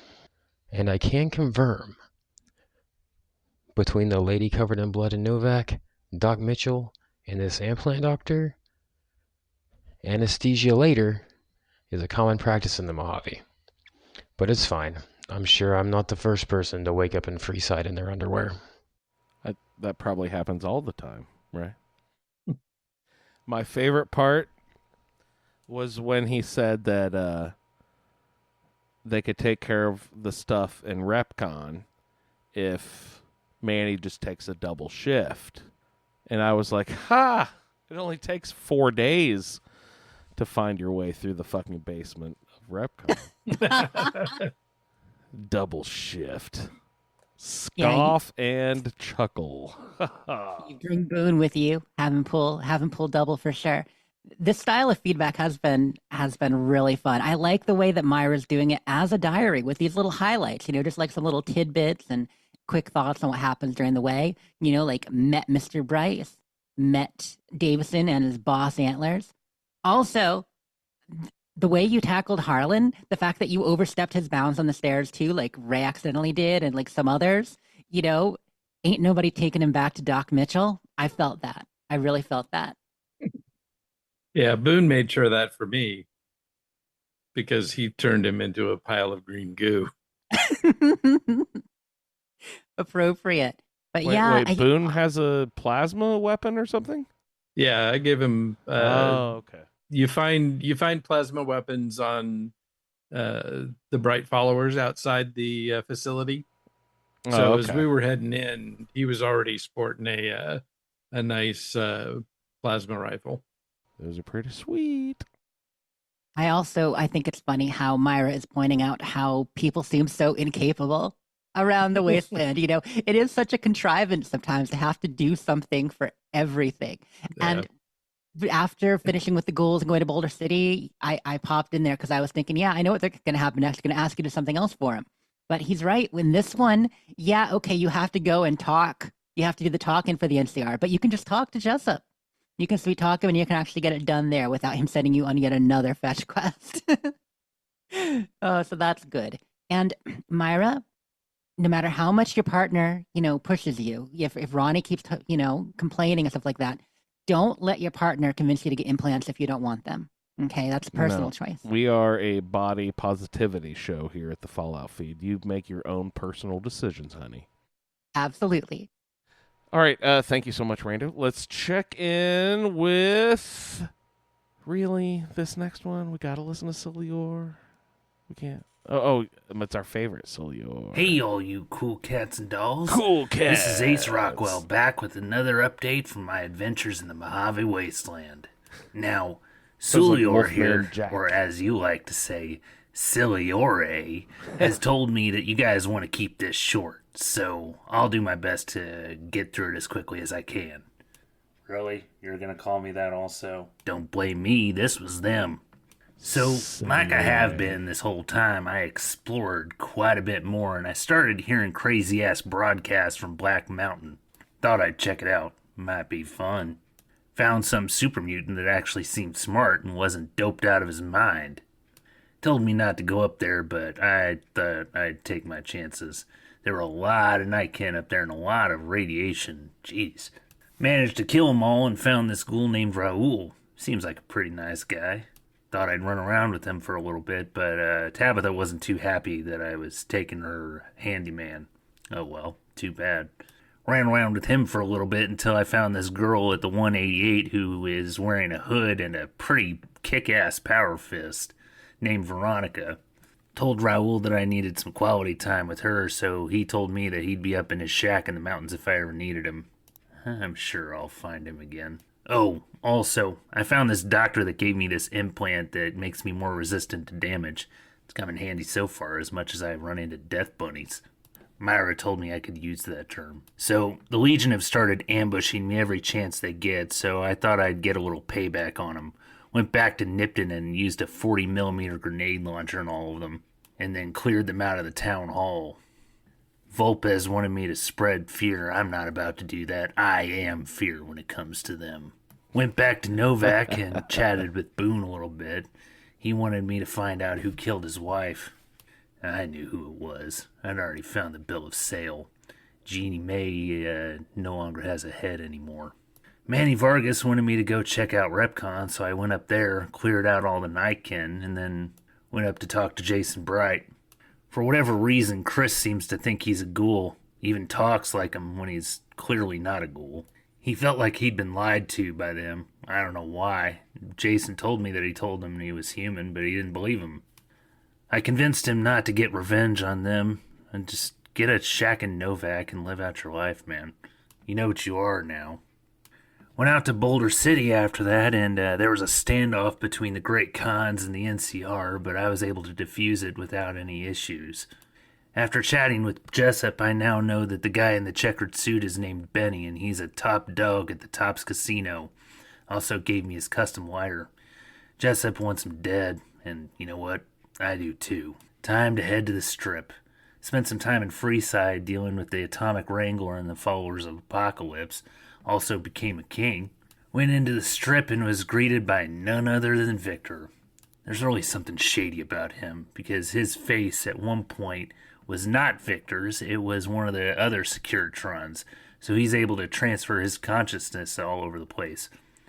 Actually, you know what? I think it's Mr. House. Especially after talking to him. I'm just a tool to him. He doesn't care about me. All he cares about is his property, in his mind. We'll see who's in charge. Spent some other time while I was exploring the wasteland. I went to Crimson Caravan, talked to Alice, and also went to Camp McCarran, and they sent me to Vault 22, and now I have a recurring nightmare of those plant people. Also, just got my hands on a very nice gun called the YCS-186. Makes dealing with those death bunnies way easier. But you know what? I think it's time I paid Benny a visit. He and I need to have a little chat. I like his style, but he left me alive. That's a mistake. And until then, why don't I hand you off to Suliore? So, hang on. Even though Benny tried to kill you, you really admire him? What can I say? The man's got style. And also, it takes talent to gather the people behind him that he has. I guess you got a point, but he still seems like a snake. Snakes can be beautiful too. I'm not going to argue with you on that point. So, yeah, I have once again been exploring a lot. I think I hit level 21 this morning as I'm recording this, after getting the YCS 186, which is a freaking awesome Gauss rifle. Thank you, Ray and Rando, and I think Calm Horizons helped me find it also. So I think I forgot to mention this earlier, but one thing that I was determined to do was clear out Quarry Junction. So I grabbed a missile launcher and was just blowing the hell out of the Deathclaws there. And as I was coming out of the quarry, I had just ended my stream. Not 2 minutes after I ended my stream, I got one-shotted by a Deathclaw. But you know what? I now have this other gun. But yeah, still enjoying just exploring the map. Vault 22 was an experience. Damn. It's so easy to get turned around in these vaults. I think a few of us were chatting about this in Rando's stream, because he streams as well. He was streaming some New Vegas recently. Also, be careful if you're playing on PC and with a controller when you're trying to take screenshots of your character from the front. You may accidentally shoot someone that you weren't trying to, and piss off the whole King's faction. Yeah. Anyway, trying to keep this short, even though I'm now over 6 minutes, so I'm going to cut it off here, and until next time, I will see everybody in the wasteland. Reload, reload, reload. For sure. Man, okay. I love that boy's attitude. And may I say that I am so glad that on his character generator on the sheet that we got him, the little quirk of exploring, because it's making him check out new things in the wasteland and see things that he might not otherwise. And that's been really fun. A couple things that I wanted to point out on that. So resistant to damage, that's good. When he first used the phrase death buddies, which Rando started and then he's been using and we kind of have all been using now too. He's like, Myra told me it was okay to say that. I'm like, is this Fallout 76? Are our couriers playing together now? What's happening? They all ran into each other. They're all different characters running around out there. So, how many people did Benny put in the fucking hole in the ground? Gee whiz. He was really looking for the real platinum chip, and he kept getting all of these, that didn't convince him that they were the real ones. So that's the story of why we're Courier 6. We're going to get some of that later on in the story, but also maybe Couriers 1 through 5 are on the server with us too. They just already died. That was great. I also like that he cleared out the Nightkin first. Different. I feel like this is the first feedback that mentioned doing that went in, that snuck in, that killed the Nightkin before going to see the Bright followers. Different way of doing it, but completely viable. That was good. Also, Top Dog at the Tox Casino wants him dead, and you know what? I do too. I really like that line. That was well done. And then the recurring nightmare of Vault 22. So you and Andrew this week for sure.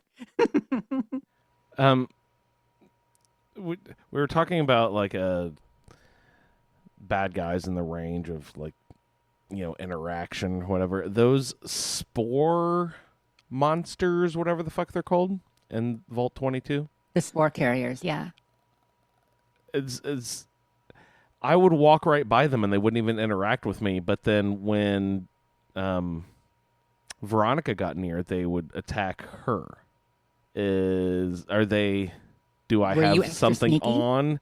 I don't know. Is it that my sneak is that good, or if you you know were what sneaking, sneak level you probably. I think I got it up to 100. Was that enough to make people not recognize you at all? Like even if you're like sitting right next to them? Yeah. Okay. Unless they have really good perception, they're gonna miss you completely. And since you're on a wanted poster in every faction's headquarters, it's probably good your sneak's that high too. Can you reverse pickpocket grenades and shit in this game? Yeah. Does that work? Dynamite? Can I put dynamite in someone's back pocket and run? I think you can. That would be great. Oh, also, Rat, I had one scorpion, thought at the very poison. end there. So Yes. he mentioned going into photo mode and trying to take photo screenshots with shooting controller, where you somebody, kind of gotta hold down the button and swirl around and all that if you're not in free cam mode and accidentally shot someone. That's what happened with Lucy. That's why the Kings are attacking her in the trailer for the TV show, right? She must have been in photo mode and pissed off the Kings. That's why they're all after her. She's just trying to take a selfie. Yeah, just woohoo, taking a selfie. Now the flying Elvises are all pissed off. Yeah. Well, yeah, and I don't think it's actually shooting them. I think everybody's just offended that you're playing with a controller. Oh, really? I don't think the Kings are PC Master Race elitists. No, they're couchers, faux life, faux show. You can be a coucher and a PC player. It's possible for the two to come together. Nary shall the two meet, Jess. All right. Thank you so much, Mr. Suliore. I was just joshing when I said, can we skip you before? We always love your feedback, sir. Let's go and check in with Vanessa. Hey, I was thinking, Vanessa, and get back to me on this. Is there like a British nickname or a way of shortening Vanessa? I was just thinking, like, I couldn't think of a nickname that we have in the United States. Without, going too into personal life, my Aunt Vanessa, I call Aunt Na. Like, Nah. y'all call her Aunt Cool. Na. Yeah. Nice. That's a good one. I like that. So that works. Then I was thinking, if she's Scottish, she could be Nessie, right? Oh, yeah, definitely. Loch Ness? I don't know. All right. So let's check in with Vanessa, our favorite participant from across the pond. Hi everyone, it's Vanessa with an update on my career. The Wasteland takes away. Rads, chems, wildlife, raiders, all of its residents have felt it, but the Wasteland also gives, and this week it gives a plethora of shotguns to sterling price. It starts modestly, a sawed-off shotgun, common enough, but he's been looking out for one ever since he heard that with care they can be snuck past casino guards, and he's sure that's where his pursuit of his killer will end up. Next, a hunting shotgun, and finally, courtesy of the Vipers just south of Novak, a riot shotgun. He's worked hard to hone his repair skills and is now able to keep this newly gained bounty in peak condition using parts from only very vaguely similar guns. He's worked equally hard to become proficient in shotgun use. He won't be caught out again at point-blank range like he was in the Good Springs Cemetery. His shots frequently now knock targets off their feet, even that Deathclaw up on Prim Pass. Anyway, enough with the gun talk, it's been an eventful week in other ways too. Skirting along the south edge of the region shown on his Pip-Boy and then heading northeast from Searchlight, he'd been hunting different flavours of gecko before working his way west again back to Novak. He asks around town for work and ends up laying in wait for a nightkin who hears Brahmin voices in his head and has been terrorising a local couple's livestock as a result. He helps the night watchman Boone settle an old score. The motel owner Jeannie May had sold Boone's wife and unborn child into slavery.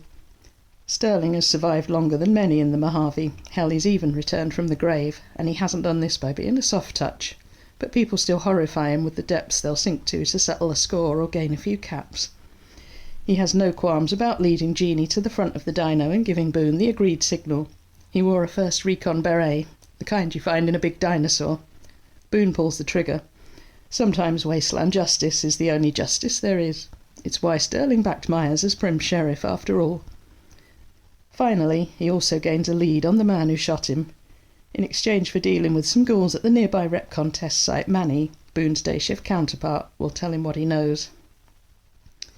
The Repcon building is crawling with ghouls, but eventually he makes his way to some non-feral ones, all following a man called Jason Bright, who is leading them to a new life which they'll be reaching by rocket, naturally. Jason explains the source of the feral ghouls. Nightkin have moved into the basement, driving out the ghouls and also blocking access to the rockets. Sterling will have to deal with them. He leaves Eddie behind, intending to stealth his way past the Nightkin. He finds their leader, Davison, and then another ghoul, Harland, easily enough, but has to resort to a couple of stealth boys to make it further into the facility to find the fate of Harland's friend and return with the news. This sends Harland on his way, allowing Sterling access to a terminal containing details of a shipment of stealth boys, which in turn sends Davison and his Nightkin off in search of the said shipment. Way cleared to the rockets, Sterling is next sent in search of rocket fuel, and on his return attempts, for the second time, to convince the group's human engineer Havisham that he is not, in fact, a ghoul, and won't survive the rads from the rocket launch.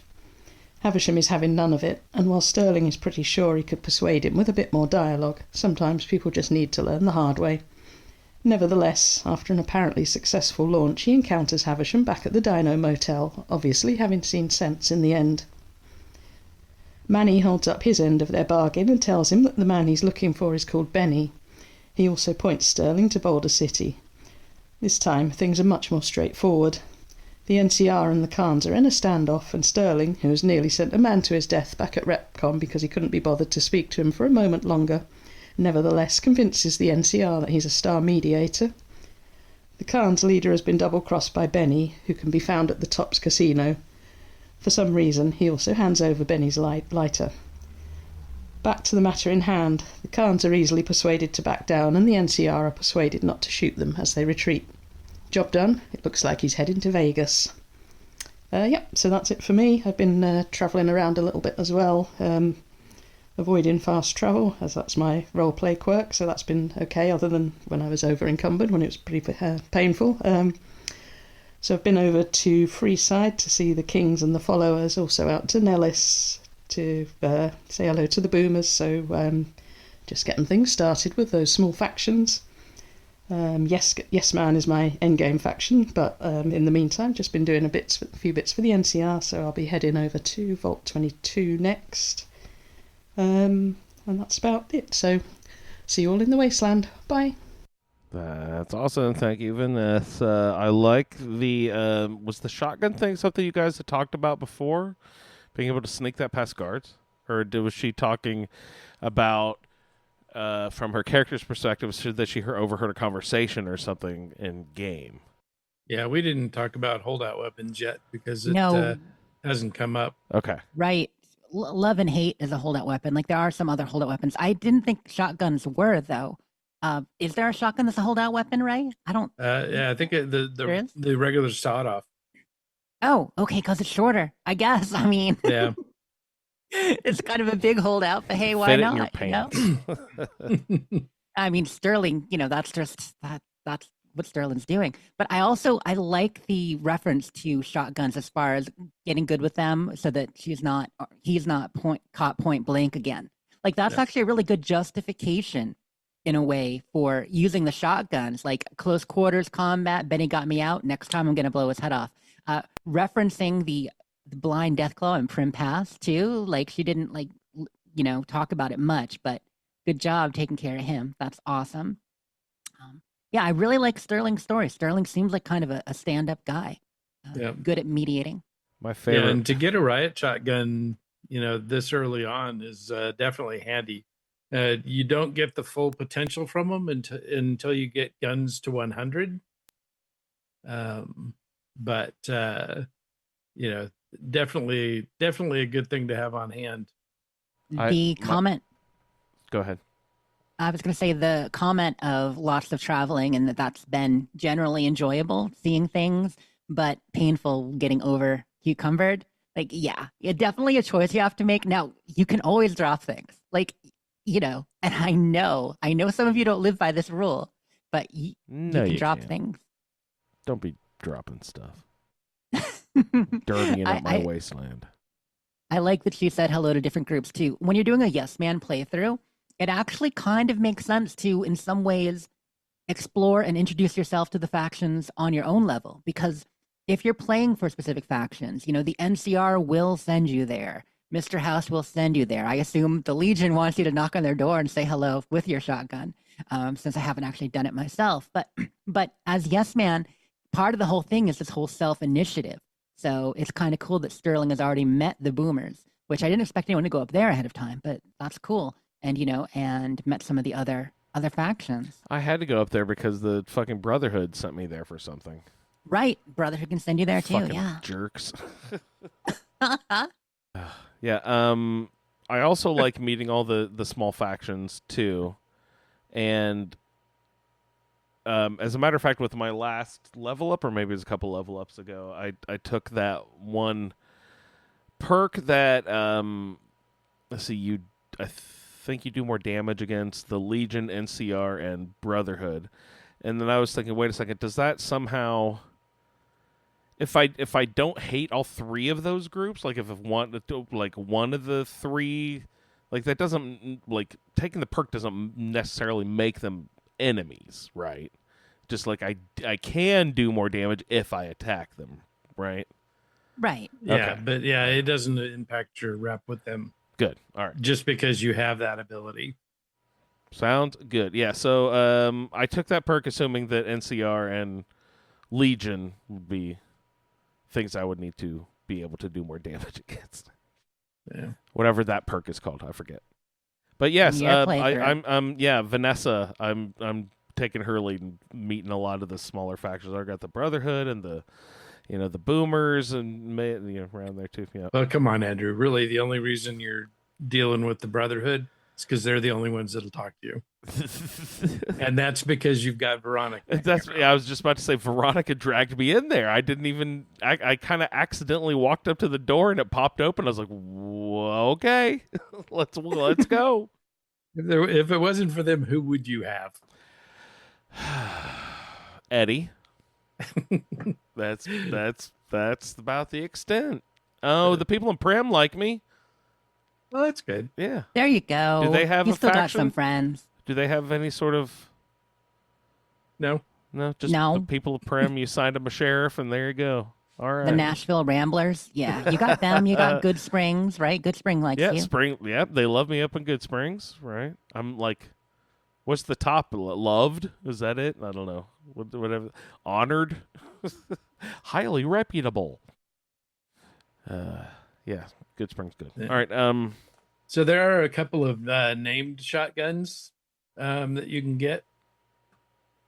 So one of them is called the Dinner Bell. Dinner bell, ding, ding, ding. Yeah. And that's the one you get. Red Lucy. Yeah, from the Thorn. That one's a little challenging to get. Those are some tough quests. But the other one is Big Boomer. I don't remember that one. Well, most people won't ever see this one because but it is a very powerful shotgun. Not great DPS because it's a 2-shot. It's a sawed off. And you get that from Old Lady Gibson if you kill her or pickpocket her. Oh, not perfect. That's awesome. Yeah, I guess I never knew that. Does the eye in the sky get all judgy when you have sneak of a hunt? Fuck. Totally bad karma on that. Bad. So you should be happy with that. I'm gonna go get me a shotgun. All right. You need somebody to talk to on the east side of the map. My goodness. Eddie, I'm telling you, Eddie's my boy. My favorite part of Vanessa's feedback when she used Stealth Boys against the Nightkin, playing their own game on them. Boom. Eat that, Nightkin. Both of us can play that Predator Vision shit. All right. Let's check in and see who we've got. Lee. All right, everybody on 3. Ready? 1, 2, 3.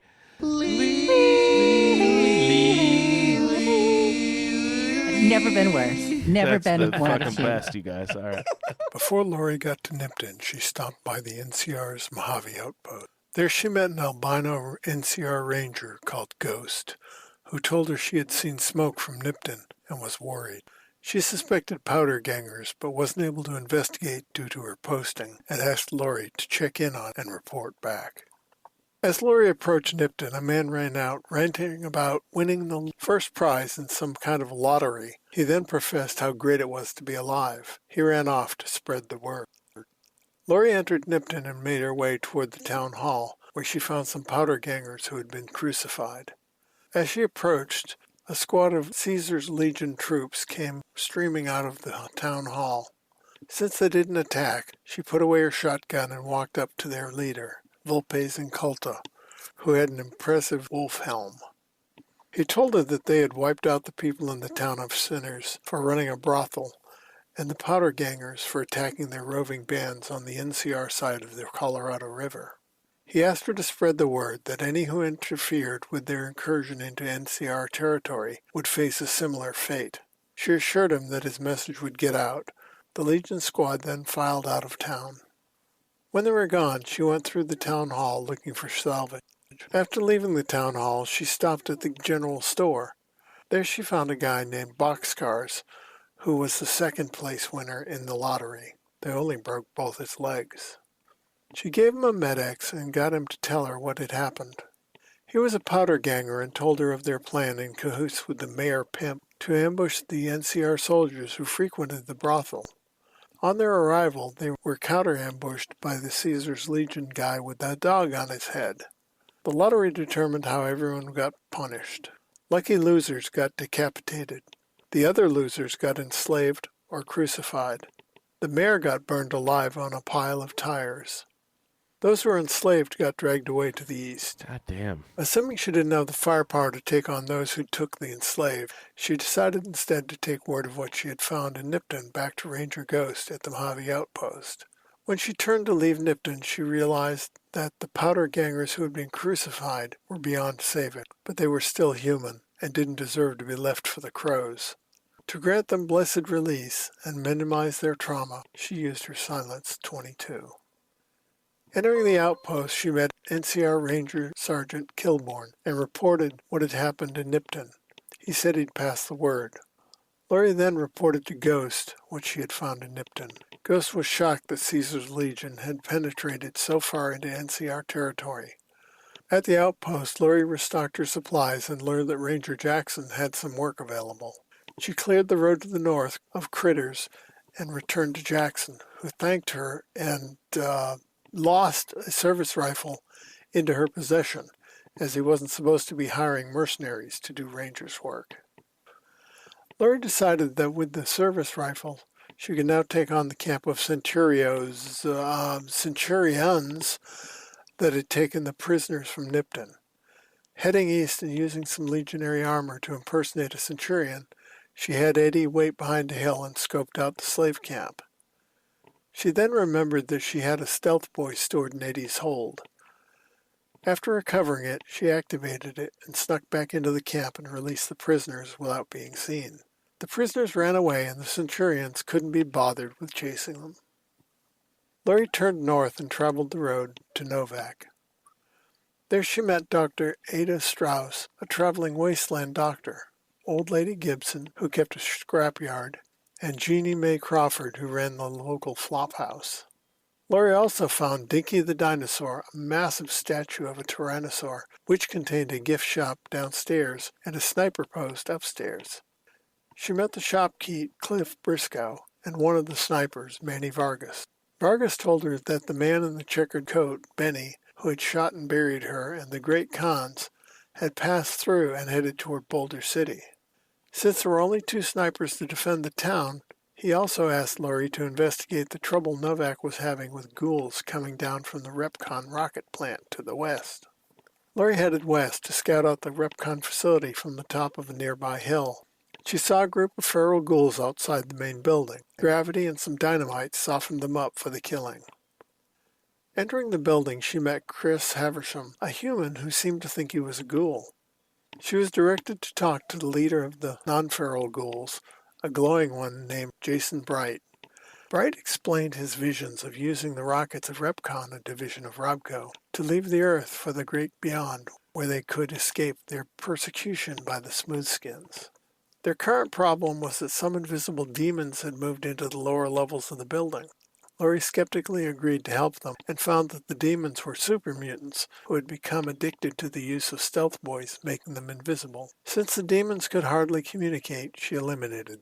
The Bright followers had been glad of Chris Haversham's technical skills and his disability of thinking he was a ghoul to help them repair and refuel the rockets. Chris explained that all they needed now was the starter fluid for the rockets and some thrust controllers. Lori returned to Novak and discovered that the starter fluid could be found inside the glowing rocket models sold in the gift shop. The thrust controllers were available in Old Lady Gibson's scrapyard. Lori gave the materials to Chris and he finished repairing the rockets for the Bright followers. After a speech by Jason Bright, thanking their two human friends, they boarded the rockets. Lori told Chris that he couldn't go with them due to the extreme radiation in the great beyond and convinced him to try being human once again. He agreed and headed back to Novak. Lori used the control panel and launched the rockets, sending the Bright followers to their fates. Lori returned to Novak to rest and restock. In the morning, she left Novak and turned north to find Boulder City, Benny, and the great Khans who had her platinum chip and needed a good talking to about leaving her for dead. Arriving in Boulder City, she met Private Kowalski at the Boulder City Memorial for those who were lost in the First Battle of Hoover Dam. Further into the ruins, she met Lieutenant Monroe, who told her the great Khans had taken 2 of his men hostage, and they were currently in a standoff. Lori, the consummate diplomat, offered to negotiate the release of the hostages. Reluctantly, Monroe accepted her offer. She wound her way between the Rangers and the Great Khans to meet the Great Khan leader, Jessup. Jessup told her that Benny had the chip and is likely back in New Vegas after having double-crossed the Khans. Lori convinced Jessup that if he let the hostages go, she could get the NCR Rangers to escort them out of their territory. He agreed and let the hostages go. To thank her for helping him, he also gave her Benny's cigarette lighter. Lori returned to Lieutenant Monroe, who acknowledged the release of the hostages, but since she'd left, he'd gotten orders to kill all of the Great Khans. Lori told him that if he had any integrity, he'd honor the standing agreement to let them go. He acceded to the earlier plan and ordered his men to escort the Khans out of Boulder. Get out of Boulder. He posted a picture of Boulder City here, and it looks like a nice town. It does not look like the ruins of Boulder like I experienced in the game. That train is very nice. I like that train. That is a great train. He may have some mods that have it a little bit more fleshed out, but from some angles, I don't remember some that of the buildings are still standing. I don't remember seeing the train there. Yeah, I think there's an old train on the outside of Boulder City, like maybe on the slightly north side, regardless. Yeah. But talking about, it's right there, and yeah, I'm sure it is. I just didn't notice. There's a train station there too that you can go inside. Well, there's train tracks all over the goddamn place, but I don't see many trains. Yeah. But there are some. There are some orange boxcars and such. Cool. And so again, if you're listening to the podcast later, you can always go back to our live chat all shows thread in our Discord if you want to check out Lee's photo essays that he drops as his feedback is playing. He always drops a bunch of really cool pictures. So feel free to come by, check it out. Yeah, we didn't mention during his feedback, but Rando has been doing that too this week. So we got to see pictures of Myra in various situations with the ghouls, with Jason Bright, with the rockets, after getting implants, all that. Yes. And then waking up in her underwear. Exactly. And then for Lee, we got pictures in Nipton. So I thought it was cool that Lee focused a bit more on the situation in Nipton. because in the feedback we kind of went over that pretty quickly in a lot of cases. But Yeah, the whole thing about talking first about prize, boxcars and the second lottery prize. right? I mean, and the whole boxcar situation. I mean, like boxcars. I mean, he's understandably awful, but he's been through a lot, so you can, But telling the story of Mayor Pimp. Does boxcars call Mayor Stein Mayor Pimp? Like, is that a thing, or is that just something Lee said? I'm not sure. It's been a long time since I talked to Boxcar. Yeah, I didn't talk to Boxcars this playthrough either, but Mayor Pimp, I mean, that is a great name for him because Mayor Stein, if you guys don't remember the story of Joseph Stein, the mayor of Nipton, he is actually from the hub. He came out here to kind of make his fortune. And so, he took over as mayor. He was essentially taking a cut from all the businesses and, of course, running the prostitutes and stuff here. And it was partly his compromise of, making deals with powder gangers and ultimately making deals with Vulpes and Culta and the Legion, who he knew as Mr. Fox at first, to betray both the NCR and the powder gangers that caused what happened in Nipton, his avarice there. Because he was going to make his money. He was stockpiling back in his bunker, which is his bunker. He's got a bunker is underneath one of the petrol stations. But he was going to go back to the hub was his plan and run for office there, keep stepping up. Yeah, I think it's the one right there by on the way to the Mojave Outpost where all the scorpions are. Yeah, exactly. So there's a lot there, but I was glad we got that story. I also like the way that he brought up, some of the different characters. You meet Dr. Ada Strauss, which we hadn't mentioned, but, one of the many characters you meet at Novak, but she's there selling regularly. Of course, Jeannie Mae, Old Lady Gibson, Chris Havisham. If we're talking stories, I don't think we ever talked Chris's story and why he thinks he's a ghoul at all. Did we? I do not recall. No. Yeah, why? Well, he was from Vault 34, which we haven't, some people have gotten to, some people haven't, but Vault 34 is the vault where the boomers came from. And they were a weapons vault, but he was one of the reactor technicians, I believe, or working there. And because he was working in the reactor, which was a leaky reactor and getting exposed to too much radiation, he was convinced that all the work he was doing on the reactor was turning into a ghoul. And when he started to go bald, he thought he was losing his hair. And so, he had a bit of a personal crisis and a bit of a break, maybe from too much radiation exposure without turning into a ghoul. I don't know exactly. But yeah, that's when he left the vault convinced he was a ghoul because of all that. But that's why he knows so much about science, because he was a vault tech engineer. So he put on his Batman voice because... Well, he's just trying to fit in. I don't know. When in Rome /Repcon. Yeah. No, I always thought that was really funny. Yeah. Also, Lee used the rocket souvenirs from Cliff to get the rocket fuel. We talked about the different ways to do that last week, and I mentioned stealing, but you guys weren't down with that and the bad karma. Bad karma, eye in the sky. Don't steal the dinkies. Like, if there's one thing I'll steal, it's the rocket toys because I need the juice. I need it. Oh, so it's not the dinos. It's there's rockets there too. It's the rocket. I forgot about that. Yeah. I forgot about that. Okay. And wait, aren't those behind a locked door behind the counter or something? Only locked until it isn't. Eye in the sky disapproves. See, I may play a pretty morally good character again this playthrough, like usual, but she's willing to pick a few things. But so there is a speech check with Cliff in reality that you can do to get the rocket toys from him and let him know that that the material that makes them glow is probably radioactive, and you can get them from him that way, which is a good way to go. Now that I've got all my assigned perks or skills or traits, whatever they be, leveled up to 100, I'm finding all of my trickle points when I would do level ups. Do you guys invest all your points and go to 67, or do you stop at 65 and invest that too in some other thing? Do you stop at certain, because it seems like all the checks happen at nice round numbers, at 70, at 65. They don't happen at 63. You know what I mean?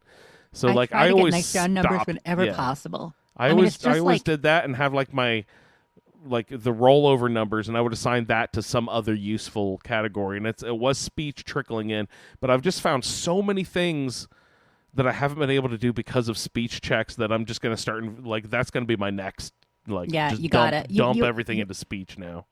You have to have a rollover stat. Like, I try to make as many rounded as I can, just like with achievement score, just like with anything. You want those 5s and 0s. You don't want 2s or 3s. Right, exactly. But then there's one stat where you always put the extra into. You know, it's like pennies for the piggy bank. Right, and that's what I was doing. Speech is a good one for that. Speech, right.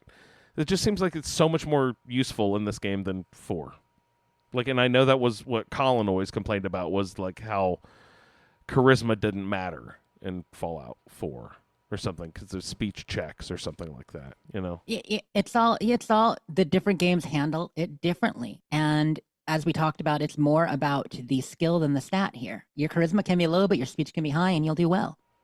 Right. Whereas in Fallout 4, the charisma special stat mattered, but then ultimately it was the perks you took on top of it. Yeah, there wasn't like a... There were no skills. Yeah. Yeah. And you also need to keep track. It's good to look at your skills on your Pip-Boy because that will show you, where you're getting bonuses from your clothing, from your specials, and that type of thing. I wish that screen would combine the two screens, because like you have to look at your clothing screen to see what each article of clothing enhances, but then you look at your special screen and you'll see that it is getting enhanced, but not by what. So like you have to toggle back and forth between two screens to see like which article is doing which improvements. Like, why not just put the +2 and the object that is giving it the +2 right beside? Come on, give me a nice organized list, guys. Yeah, I just don't like toggling because, and I don't know if I've ranted about this, because I'm trying not to rant because Jess gets so offended if you say anything bad about New Vegas, and that's me. I'm very touchy. Seriously, I'm trying not to complain too much, but you've actually done real. Let's give you respect. You've done good. Oh, so maddening, the Pip-Boy. How like I'm wanting to zoom in and out of the map, but I'm like going back and forth between the world. New Vegas Pip-Boy. The controls are just such a pain. They didn't get. Let's be real. God damn Menus are Bethesda's weak point and always have been. 76 is almost the first time they've ever done menus right.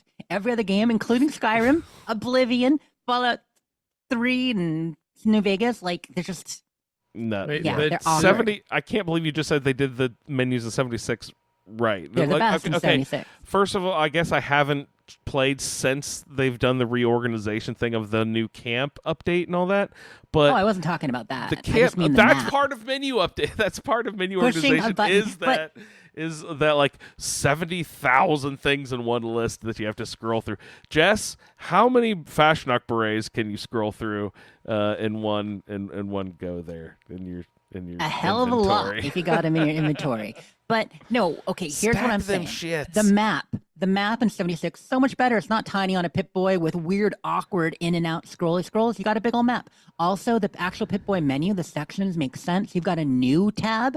How useful is that new tab to see what you just picked up? That is nice. I do. They divided up holotapes and notes and everything separately, so you don't have to have everything all in one. Like the miscellaneous tab in New Vegas and 3. Like everything can go there, or 4, really, right? 4 even worse because there's so much in 4. Yeah. So. Wait, but to zoom in on your map, all you have to do is roll your scroll wheel. But my scroll wheel. Yeah, scroll wheel. Scroll your wheel, man. Scroll your wheel right out of here. Fallout Shelter ain't got no map. He's getting some support from the chat. Exactly. There we go. And think about Skyrim menus. Like, as much as the quick menus are good, like hotkeys and quick menus, those work well on the wheel and in Skyrim and all that. Really, until you get Sky UI or Star UI for Starfield, like the menus, they just not my favorite, even though we live in them. But these are the games I played the most, so I really don't know what I'm missing out on. It's like someone who's been raised in jail. I just don't know any different. Oh gosh, we got to get you to play some games. The world of freedom is like. Easy menus. I'm used to the struggle. Yeah. All right. Let's see. I'm sure we got more feedback. Let's take a look and see who's up. Jeff, my homeboy. Jeff, what is up, bro? Hey, follow-up feed. Jeff from Cleveland here again with this week's Adventures of Hazel Hex. Oh, my cousin. Bellwether. Yeah, cousin. Since we last spoke, Hazel's up to level 9 with her repairs and guns almost maxed out. 2 of her selected traits, or not traits, skills. As for perks, I took the Black Widow perk for a lot of obvious reasons. Female character with a lot of male enemies. And some good dialogue options, which comes in handy later on. Also took the toughness perk because I was started out with the kamikaze trait, which drops your damage threshold down to -2. With toughness perk, I get damage threshold of +3, so I am +1 now. So kamikaze is completely positive as of right now. Currently, the Legion and the Powder Gangers hate Hazel. The NCR is starting to come around to her. That is my chosen faction, so just doing what I can to impress the NCR. As for the quests, one for my baby, one as it normally does. Jeannie Mae, very cocky, leaving her the bill of sale in the safe, and when she was talking to you, she's like, "Oh yeah, she just got bored and she left." She went for the bright lights. I and handcuffs with a bag over her head. So bored. As of right now, Jeannie Mae has no head. I have a new beret and a new friend.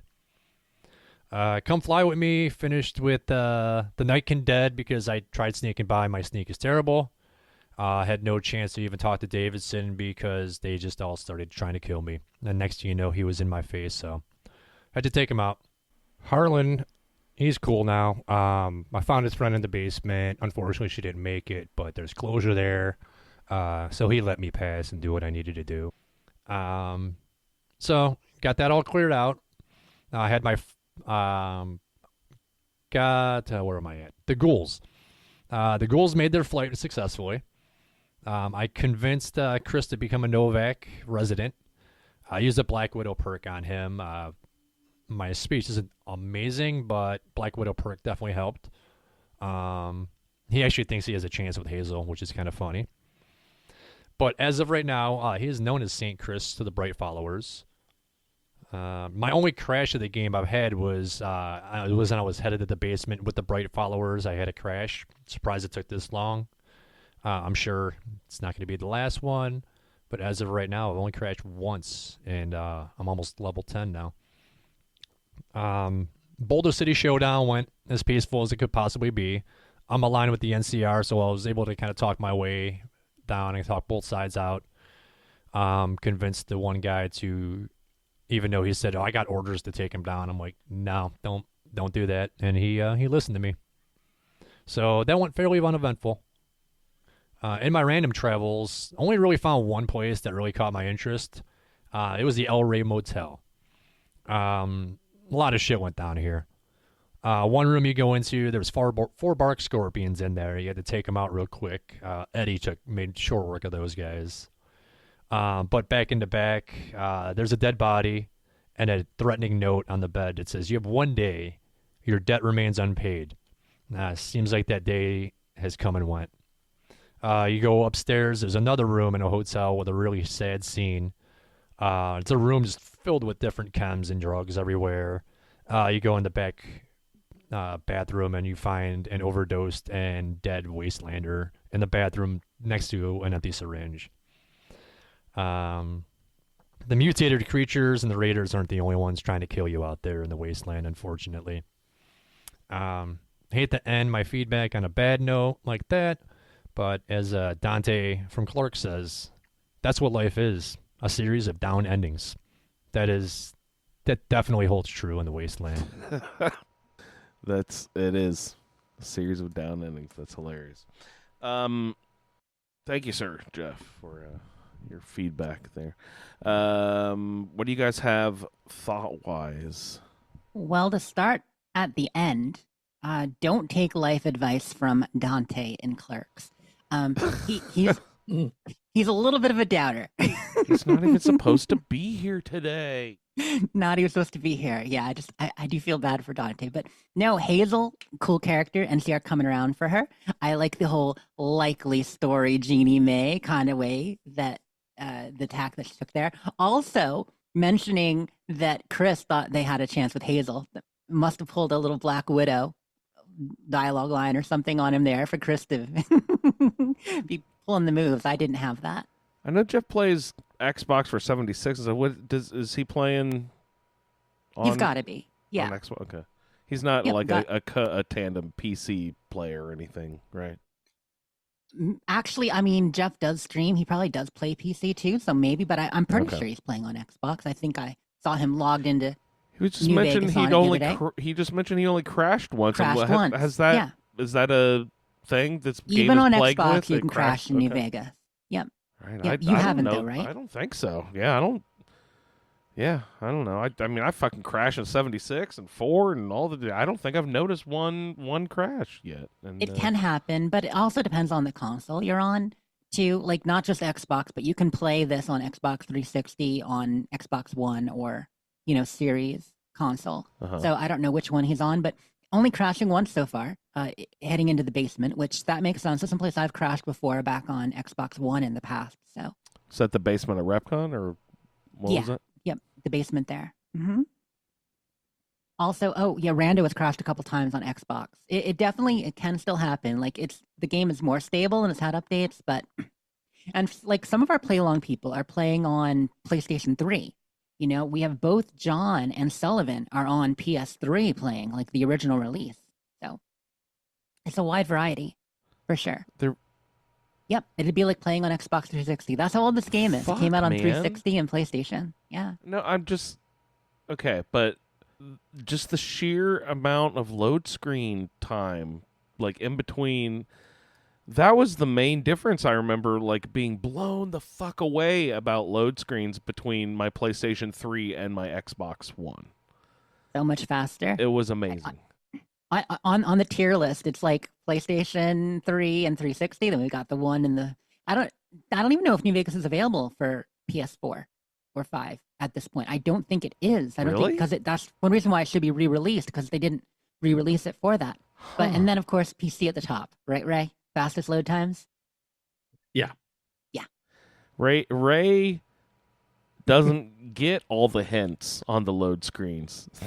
Yeah, no, it's true. You get about a third of the way through, and you're like, wait, what was that? Go back. Ray's screenshotting all of his load screens. Yeah. All right. Fallout 3 was available on PlayStation 4, so maybe New Vegas is. Okay. Yeah. Nah, I've got my PlayStation 3 sitting over there. I want to fire it. Playing New Vegas on my NVIDIA 770 card. Oh wow! Okay. I don't know what that means. Is Way back in the day. Is that an old one? Yeah. So was it made in 1977? No. No, but so in order to play on PS4 or PS5, you would have to stream with PS Plus. You can't download it directly. So interesting. Crazy. Yeah. In 77, I would have been playing on the TI 99 4A. Right, or a calculator. The Commodore. Did they even have a Tandy yet? No, there were no Commodores yet. There were, might have been the first Tandy. When the Commodore came out. Like Mark 1. I don't know, Commodore's probably like 82 or 83 really? For the 64 at the earliest. How about the Odyssey? I don't know. Magnavox Odyssey, when did that come out? We had the 2 in the early 80s, so I don't know. So walk down memory lane. Yeah, well, the first computer in our house was a color computer. A Tandy color computer. Tandy. And that was like 1980 or 81. Nice. Mm-hmm. That's beautiful. Yeah. Yeah, actually, I think maybe that was after I got out of high school. I don't know. My dad had it, so. Did you ever have a console in the house, Ray? Did you ever have an Atari or a ColecoVision or anything? At one point at a company Christmas party, somebody gave us a Sega Genesis, I think. Classic. Sonic the Hedgehog, bro. and we never hooked it up. You missed some killer games, man. Because we were straight solidly PC gamers at that point. Yeah, that makes sense. Lee had a color computer too. Yeah, I was a kid when we got it. But is that the brand name? What I don't. Yeah. Okay.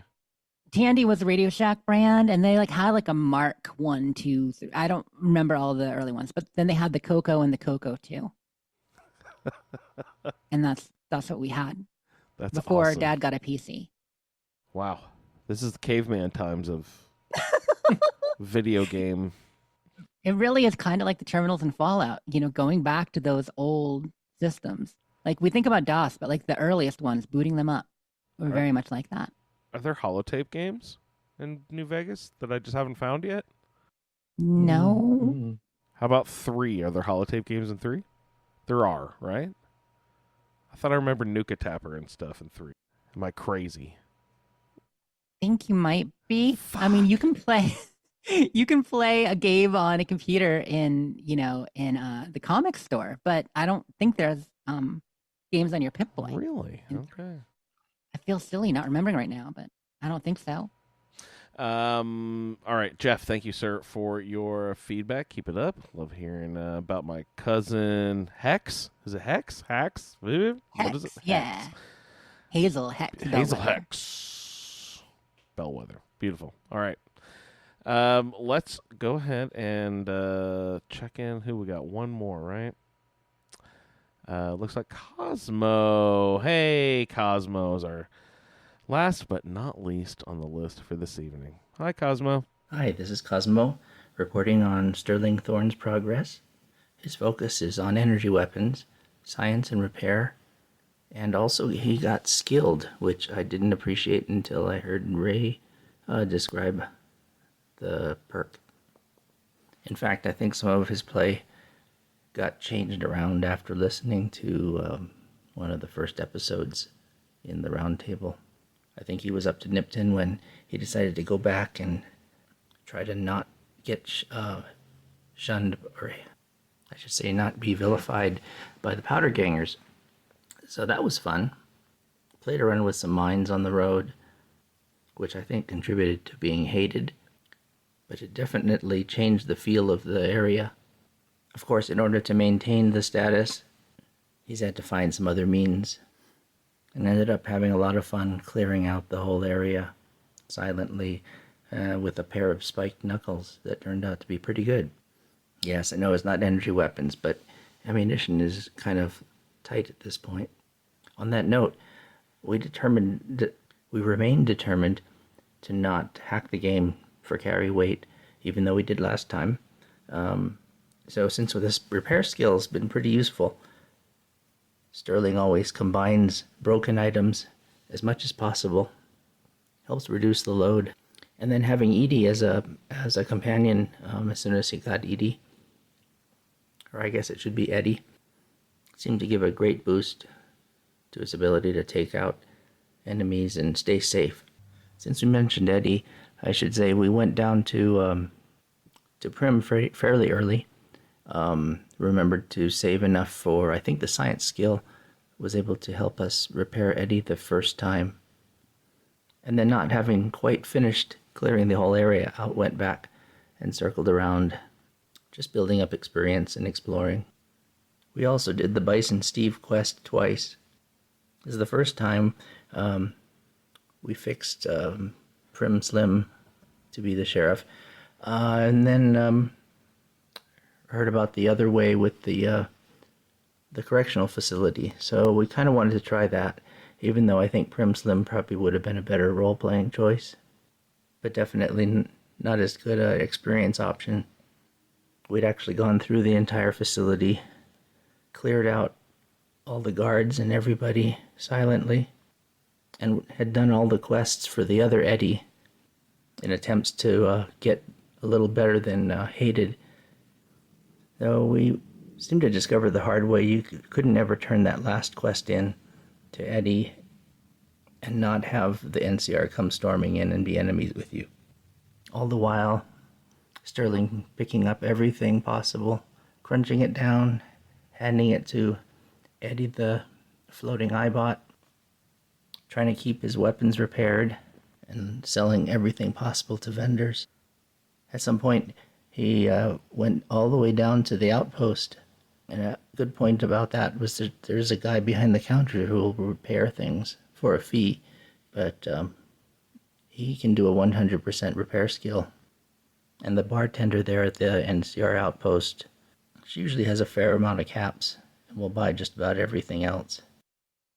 From the outpost there, you get a quest from the sniper to go check out Nipton, and it's a good reason to go over there at that point. Nipton's actually pretty creepy. I think that's why we avoided it. It's also kind of creepy because at that point you meet the Legion, but they're not actually enemies with you unless you disagree with them too much. You don't have to agree. You can say goodbye, but you can't disagree too much with them. We discovered Sterling could just sneak along behind the end of the train they make when they leave Nipton, and quietly take out each of the guards in turn until they get all the way to the the recruits. And then that leader, he's a named guy that we learned the hard way that he's named for a reason. There's a quest that fails if you kill him, so I think we did something different. I think we went all the way up the chain and then let him wander off. Then, of course, went and cleared everything out, shuffling multiple loads to whoever would buy it. And then we got a little distracted. We've actually gone north and met Lily, and then came back. Didn't want to get too distracted, except that we heard Ray talk about upgrades for Eddie. So we went in and did some of that and got that repair skill, the repair by weapon thing. That one's pretty nice. There's also that commissary computer in there that's also a pretty nice vendor to use to sell stuff and repair things. Although we did discover those arc welders just didn't cut it. I think we ended up using explosives. Actually explosives and the 22, the Silence 22 to take out those robots. And I had a lot of patience. Anyway, I fast forward a little bit. We did finally go through onto Novak, right?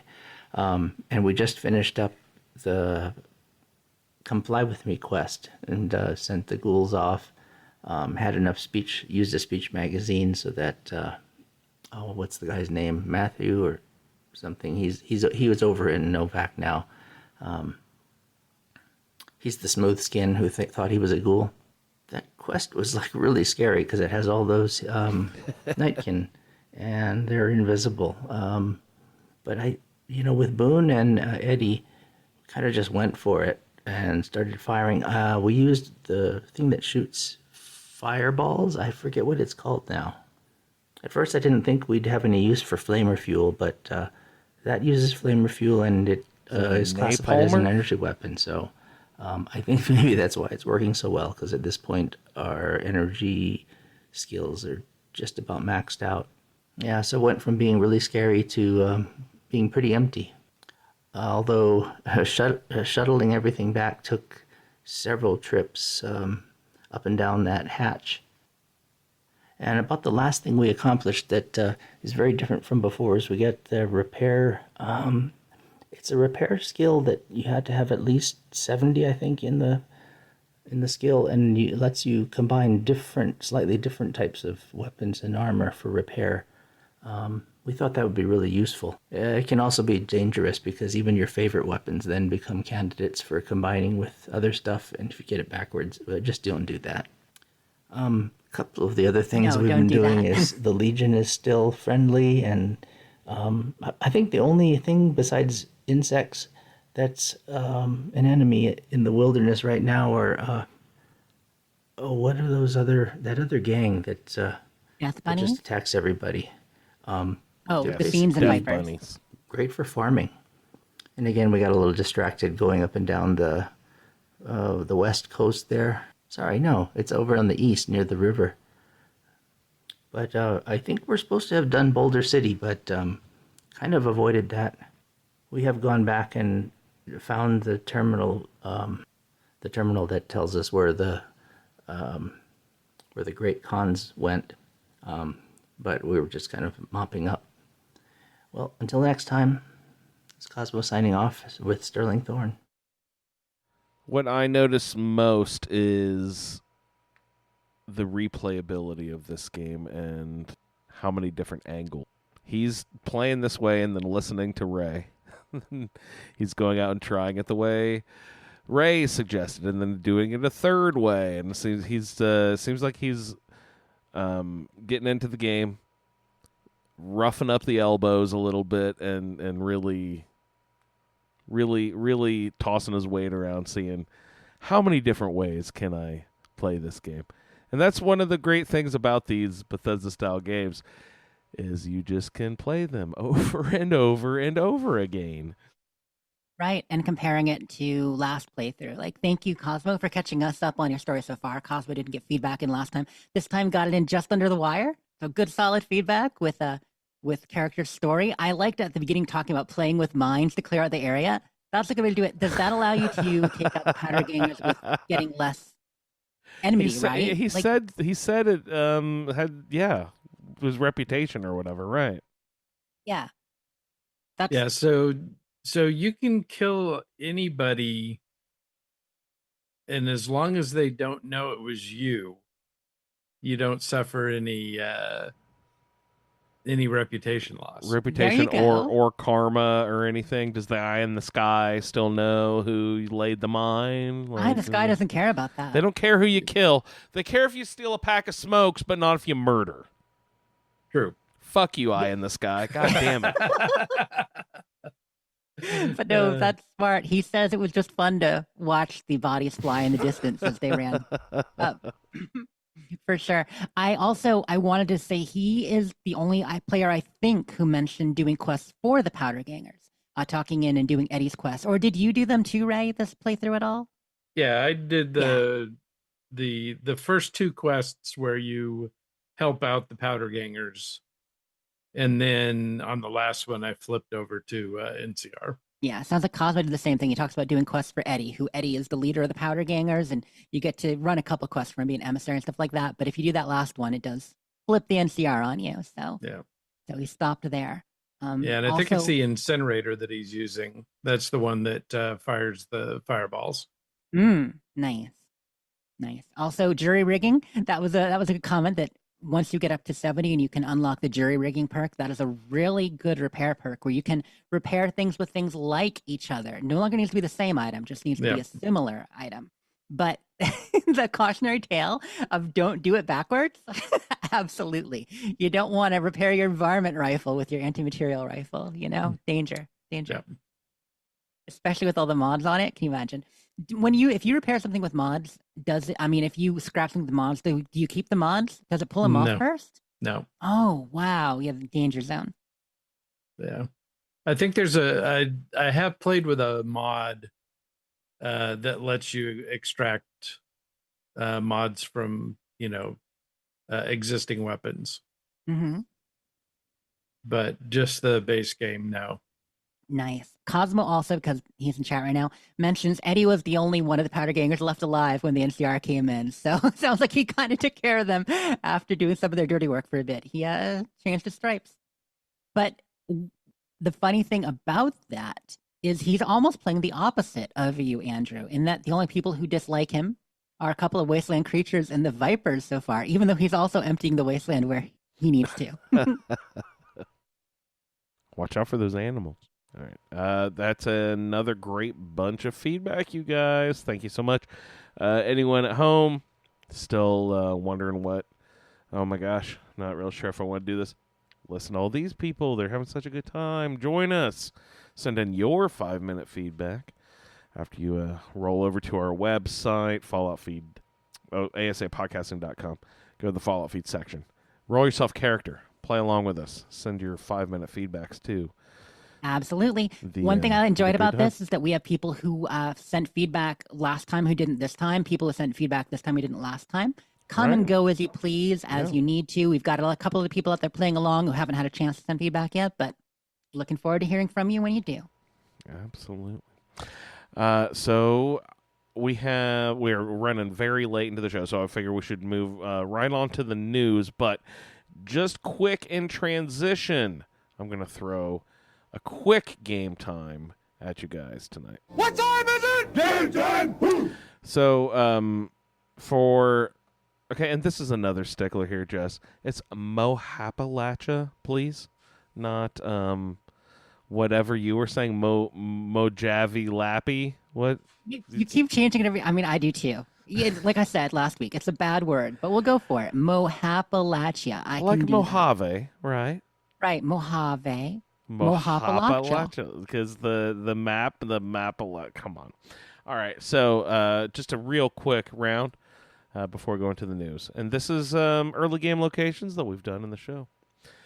So, Jess, tell me, further north on the New Vegas map, the RepCon test site or the NCR Correctional Facility, further north? Oh, you're doing a tough one here. You're doing a tough one, but I'm picturing. I'm gonna say the RepCon facility is slightly further north. Am I wrong? Oh, boom! Sorry, Jess. Ray, tell me further south. The California Sunset Drive-In or Prim, further south.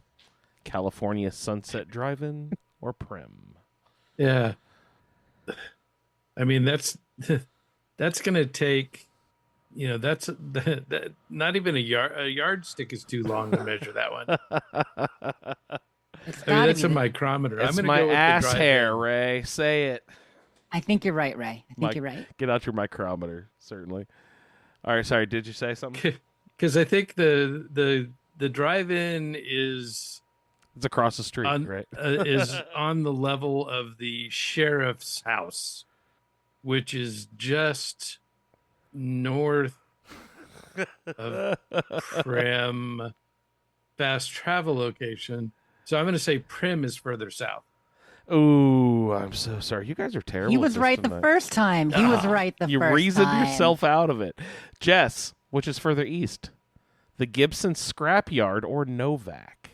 Okay, so first of all, I'm going to say that when you look across from Good Spring, you can see the RepCon facility just slightly south of the penitentiary, so I should have gotten that. But Old Lady Gibson or Novak? Oh, yes, Old Lady Gibson or Novak. Further east. You know what? Further east. Novak is further east because Old Lady Gibson's on the west side of the road and Novak's more on the east side of the road. I'm sorry. You guys are really not. No. Is this a Vuvuzela situation? This might be a Vuvuzela. Who knows? Am I pulling one of those on you? Further west, Ray. The Mojave Outpost or Good Springs? Mojave Outpost. Hey, that one is correct. Good job. Champion move. Woo. All right. Let's roll right into our bits. Jessica, to the office, please. Jessica, to the office. Your iguana bits are ready. Please come pick them up. Thank you so much, Jess. Yeah, we're going to go through the bits relatively quick tonight because it has been a long one. Thanks for all the feedback, everybody. First off, I just wanted to say R.I.P. Old Longfellow. We lost an actor, voice actor this week, Jim Ward. Many people know him. He's been a voice actor in many, many, many cartoons over the years. Spider-Man, Fairly Odd Parents, Ben 10, a lot of games, Ratchet and Clank, and he's won awards for it as well.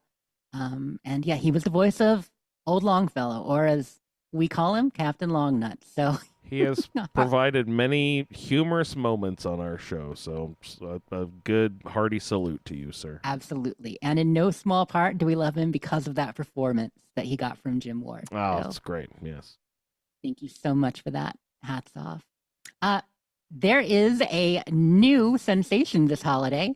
You know, traditionally, people sometimes put on Christmas carols, and I think this has been going on the last few years pretty regularly, is doing a Yule log. Not the actual Yule log in your fireplace, but putting a Yule log video on, with crackling little carols. Yeah. They got them up on YouTube. A lot of places have them. Well, this year, Andrew, you want to tell us what we've got? Oh, the ghoul log, which is pretty hilarious. How much Amazon and Fallout, everyone's leaning really into this Fallout stuff. It's pretty humorous. But I watched it last night. Either of you guys had a chance to take a peek at it yet? No. No, I just heard a little snippet that was posted on Twitter, but I didn't actually watch the video. Yeah, my wife walked in and was like, "What are you watching?" I heard. I mean, the ghouls talking. We got Mr. New Vegas makes an appearance. He's in, Mr. New Vegas is in the whole goddamn thing. It's great. Oh, nice. He's the featured performer, I would say. And it's another one of those things where exactly like the first time I heard Fallout 4's music, I was like, these aren't real songs, right? This was written by like people to spoof those songs from that era about radiation and stuff, right? Like those aren't real songs. I have the exact same feeling about all the songs in this fucking special. I'm like, were these written? I can't It's amazing tell. how I can't tell. They're real songs. Quirky novelty songs were very much a thing at the time. And so that's why you get some of these radiation things and, some of this hacking and whacking and smacking. Like, it's clever. Like, maybe it wasn't necessarily popular, but they were making it still.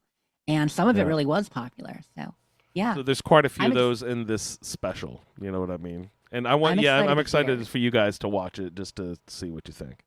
I definitely will. I'll do it while doing some Christmas stuff this week. Got some presents to wrap, got some stuff to get ready. And it's definitely not I need to sit down and pay direct attention to this because there's lore involved. It's not that. It is a totally have on in the background while you're wrapping presents type of thing. Mm-hmm. But Suliore mentions that Mr. New Vegas is on the radio the whole time, and Lee's watched about a third of it so far. So a lot of people checking it out. So that's really fun. So you got a ghoul log. Yes, I also wonderful. Wanted to mention, just because it might come up. So Todd Howard gave I'm not going to say a rare interview, but he doesn't do big interviews very often. He did a bigger than usual interview with Eurogamer beginning of last week. So he's been making the rounds, of course, because of all the premieres for the Fallout show. We talked about the one in Australia and London on last week's Bits, and this week there was one in here in LA. Here in the US, but over in LA.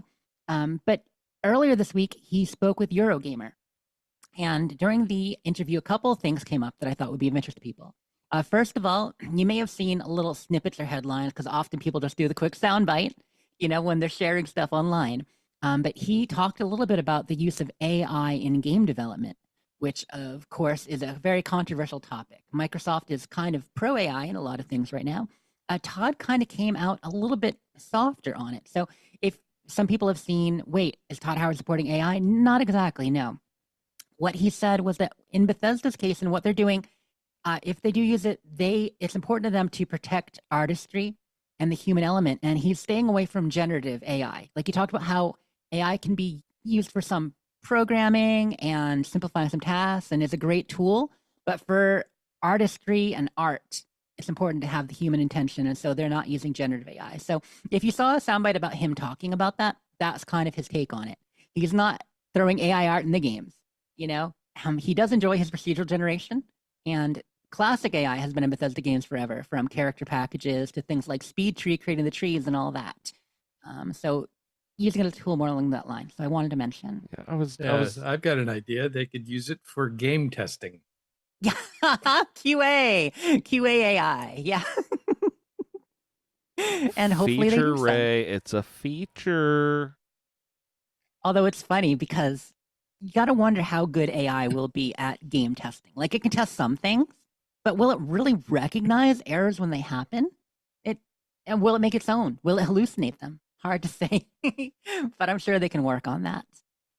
But also, another thing that was brought up during that, Todd Howard confirmed that Bethesda recently conducted a, quote, big play test for the Elder Scrolls 6.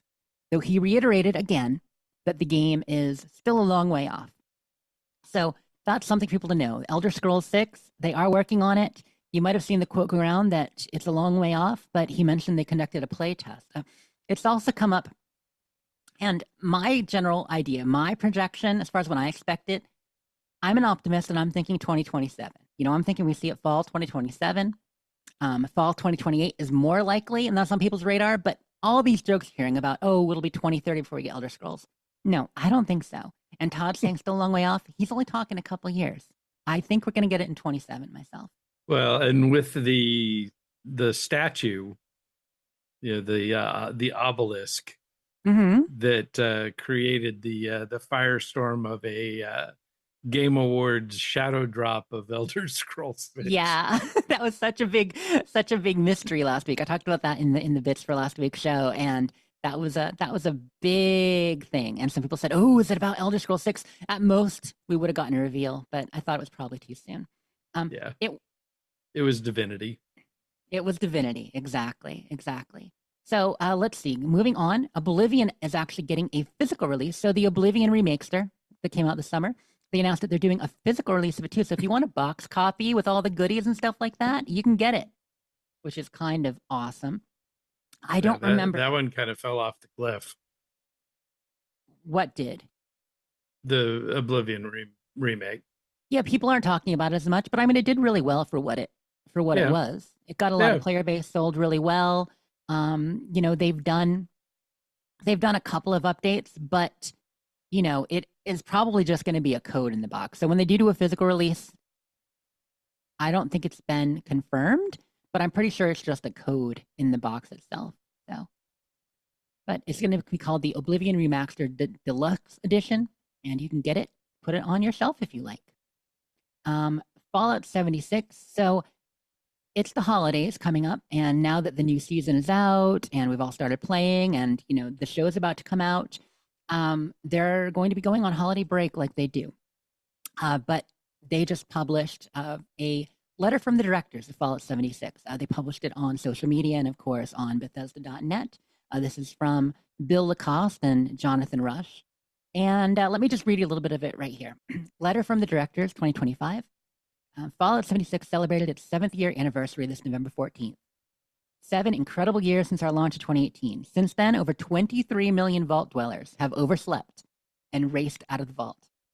23 million. Vault 76 must be huge. The Reclamation Day party must have been really big. Vault dwellers left the comfy confines of their Vault-Tec assigned apartments, stepped foot into an awe-inspiring wasteland. First steps outside were history in the making as players met our Appalachia. And breaking in this, they go on to just kind of talk about the history of the game right here. And November 14th also marked 10-year anniversary of full development on Fallout 76. So 10th year of development, because they started 3 years before it came out. They started right after Fallout 4 released. So that's so awesome. Let's look back on what we did this year. And it goes over a couple of points right here. He mentions it kicked off the Ghoul Within. Yes, the Ghouls update just came out this year. This spring, we just got to become the Ghouls. After years of excessive radiation exposure, players could transform their character. Exciting, unique experience. They talk about the Mega Mansion-sized Fallout 76 camp revamp. We got an entire menu revamp and new items and new build system in there. We got fishing. Fishing was added this year. And of course, we just got the Burning Springs update. So a couple of really big updates this year. It was a full one. Time flies. But if you compare what we have in the game now to a year ago, this was one of the big years, I would say. Right up there with Wastelanders, right up there with Steel Rainier, and I mean, honestly, the last couple years have been big, haven't they? Skyline Valley and expeditions and raids. Like, there's been a lot recently. Ray, you been to Ohio yet? Ray hasn't been in the game. Me neither. Oh, yeah. Well, it'll be there when you're ready. So if you want to read the whole letter, it is, of course, like I said, up on fallout.bethesda.net and here and there on social media. I think they even shared it on Facebook. So big announcements, big things, but we're going to do them quick for the news. The Game Awards were yesterday. There were lots of winners, lots of announcements. As we know, Claire Obscure Expedition 33 was nominated for 10 awards. Technically, they had 12 nominations because they had 3 in the voice actor category. They ended up winning 9 of their 10 awards. So well done. What? They were 9 of their 10 awards. They really swept, but they didn't win every category. there were some Not safe every. categories. But they were Game of the Year, and it is a new record. It is a new record for the number of wins for a single game. Wow. There are a couple categories where it's a little bit, some people had other favorites, but it was such a good game. Does that mean and this it is really going to be the greatest deserves them. video game of all time? No, but it's up in the conversation probably. That's For crazy. some people. I really love it when these games win and I have no idea. I've never heard of it. I've never seen a picture of it. I've never heard anybody say they like it. So to sum up Claire Obscure Expedition 33, for those who haven't paid attention, think of it as French Final Fantasy. So it was done by so it's French- like the French Oscars, so they studio. just pick a pretentious bullshit thing that nobody in the world has ever liked or played. It's a or fantastic game. Many of our watched, listeners have played but it. It's really it's popular arty, and beautiful. and they'll think that they're cool if they nominate something so French. And It is the cool, you know. Baldur's Gate 3 of this year, y'all. It is a beautiful story game, and I haven't played, so what do I know? But I've watched some people play it. I've certainly seen clips, and I intend to because it seems like an all-timer. I think I scrolled past it on Xbox, not Live. What's it called? Game Pass. Yeah, it was actually a Game Pass launch game too. Like, what a big get! Biggest third-party game of the year on Game Pass this year. Yeah. And so that's really cool. A lot of people did feel that for the best RPG category, Kingdom Come Deliverance 2 maybe should have won, or at least had a chance there, because Kingdom Come Deliverance 2 is more of a classic computer RPG with a lot of story. And I mean, Ray played some of Kingdom Come Deliverance 1, 2 improved on it in just about every way from what I understand with the story and such. And They I were was just so intrigued by his take on it that I even looked into playing that game, and you Yeah. guys were kind of like, ooh, I don't know. KCD 2 would be a much better place to start for people. Not quite as much of a difficulty curve and a bit more story. They learned a bit from the first game, as studios do. But of course, that first one was at the beginning of the game. It was really hard. You had no Yeah. idea. Your character sucked at everything. and this one's not quite the same curve on that difficulty wise. They smoothed it a bit, but it's still very much a simulation RPG. Like, there is that element to it. So yeah, Oblivion Remakester, great RPG this year. It was just a fantastic year for games. Again, I would say this year is one of the best we've had, just like last year. Games coming out so fast and furious. Even those of us who are dedicated to playing a lot of games, like guilty, I can be like, oh, I played like 50-some games this year, and yet I feel like I didn't touch a tenth of the games that people have said were good out there this year. There's just so many games, almost too many. I should probably stick to the, I just play 4 or 5 games that I love, right? Right? That works. Yeah. I mean, there were so many games released that Bethesda couldn't even get a spot on the schedule to be able to release anything. Right. Everything was taken. Like, I want to release it. Oh, sorry. That's already booked. So I was saying that's why, why Elder Scrolls didn't come out. everything is booked out until that Elder Scrolls 6 is 2028. pushed until 2028 because of the release because they- schedule of other they companies. couldn't- That's right. Yeah, they couldn't find a slot. They just don't want to compete with anyone. They're going to bury whoever they go up against. Come on. When that comes, yeah, next year is going to be a busy one too. Looking forward, but we'll talk about that when we get there. Other big news from the Game Awards. So the Baldur's Gate reveal, yes, the statue mystery. It was for Divinity, not Original Sin. This one is just labeled Divinity. So they had a couple Divinity games, and they had Divinity Original Sin 1 and 2. This one says Divinity, but they have the eyes in it very large. So I almost think they have a 3. They're kind of trying to make a 3 out of the eyes in the symbol. Yeah, but the it's trailer listed as for it is Divinity awesome. 3. Yeah, and If that you makes look the at most it sense. in words. Yep, that makes the most sense. So Divinity 3 had its reveal trailer. It was very graphic, but it was also very cool. A little bit darker. So one thing about the Divinity Original Sin series, it has a lot of humor in it. It's a classic CRPG, but with a lot of humor. Baldur's Gate had less humor, and it was a little darker. And I think they're keeping that tone for the next Divinity game. We'll see. I'm getting things a little confused here. What did I put here? Baldur's Gate reveal. No, that's why. I wrote the wrong thing. I wrote Baldur's Gate instead of Divinity. Okay. I'm like, what did I do? Diablo 4, its next expansion was revealed. Lord of Hatred. They're bringing back the Paladin class. Looks really cool. That's going to be in April of this year. So if you played Diablo 4 at all, or you're a fan of Diablo 3, I do recommend Diablo 4. I played a good 60, 70 hours of it. Really enjoyed it. I haven't played the first expansion, but maybe I'll jump back in with the next expansion. It's a good game. And the next big reveal, Fate of the Old Republic.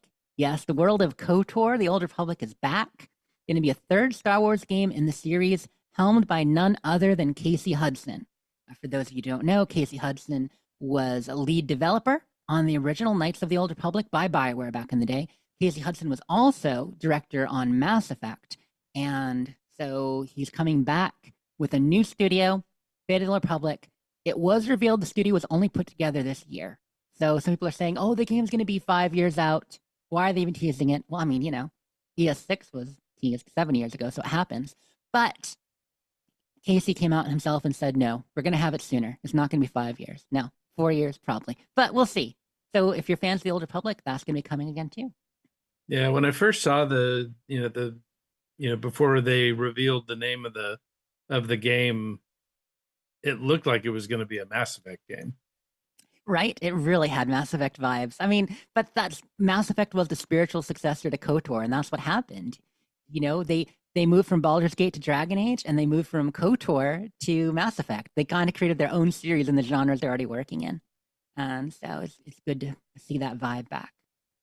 I just wanted to say, just a little shout out to Bethesda for sending out. They had a giveaway competition to send out some signed Starfield compendiums, which if you haven't seen the Starfield compendium, it's got all kinds of art and lore and stuff from the games. It's really thick, really beautiful. Love it. But they sent out some signed ones to drawing winners. So really cool. You might see those on social media. All the different artists and devs signed the book. Fallout TV premiere. By the time we do our next show, next Fallout feed, the first episode of the Fallout TV show will have aired. It's going to be Thursday, 12/17. It comes out. So obviously everybody listening has already marked their calendars, but I'm excited about that. We will be, talking about the TV show a bit. As far as spoilers, I don't know how we want to handle that on the Fallout feed itself. If we want to try to keep it vague, at least about that week. That's what we did last season. We did a whole separate show for Yeah, we've got Vault Talk still. That's separate. I'm talking about on the Fallout feed. Yeah, we kept it vague, and at least for a little period of time. Yeah, I don't know. We'll share our excitement, but we'll try not to give away major plot points, at least of that week. You know what I mean? We'll give you guys at least a week buffer on the major plot points Jesse on the feed itself. I can't promise 2 weeks. I can't, but we'll give you at least a week buffer. Sounds good. Get excited. Lee correcting me, the 17th is a Wednesday. I apologize. The 17th is a Wednesday. It is a Wednesday. It's sooner than you think.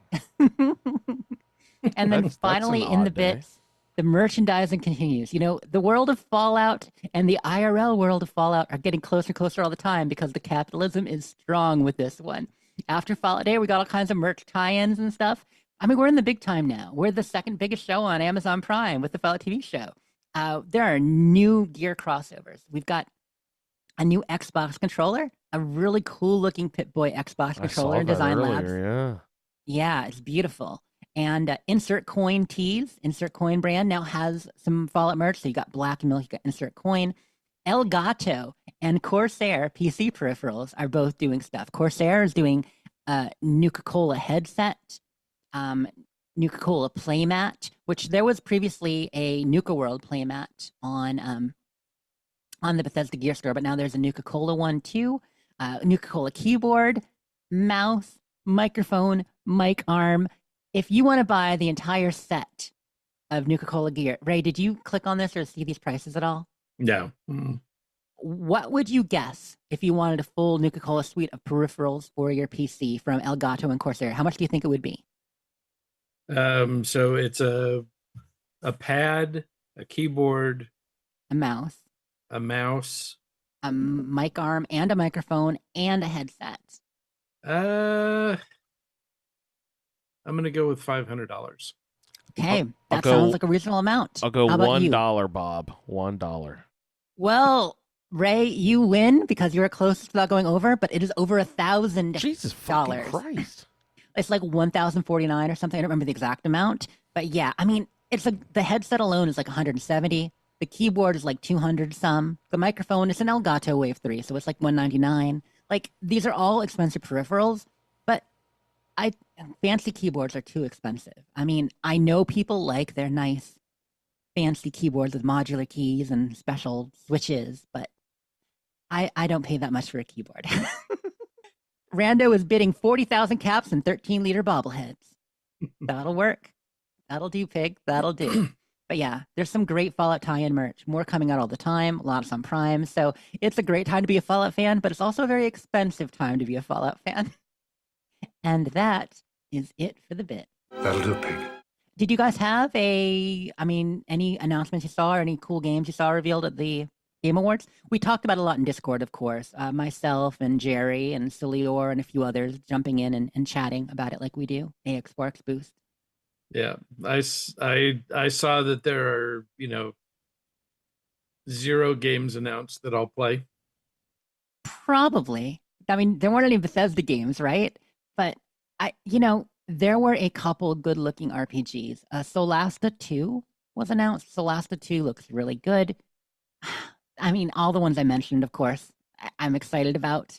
So I feel like there was at least one that looked like an Us game, Ray. So when I know what that is again, I'll let you know. There was one that was, you could see that it was a first person, but I think it was a zombie game. Oh yeah, you like first person, but not so much zombies. Yeah, I'm not. That's just not my thing. No, that's fair. But yeah, that is it for the bits, and I don't know. I think I'm about ready to wrap. I have some exciting food I'm cooking this week. I did for the first time a carnivore pizza, a pizza that was all the meats. Was the crust also made of meat? Chicharrones was made of ground chicken. I use ground chicken, and so it's ground chicken, an egg, a bunch of garlic, of course, some just Italian seasoning and such, all in there. I mushed it all together, spread it out really thin on parchment paper, and toasted that puppy up. And then I topped it, with the usual pizza fixings. Put it back in the oven. It was so good, y'all. Like 800 calories for an entire pizza. I mean, personal size pizza, but 800 calories and like almost no carbs. Yeah, I love that it's a health movement that you can get a low carb food and the crust is literally fried chicken or something. Beautiful. It's so good.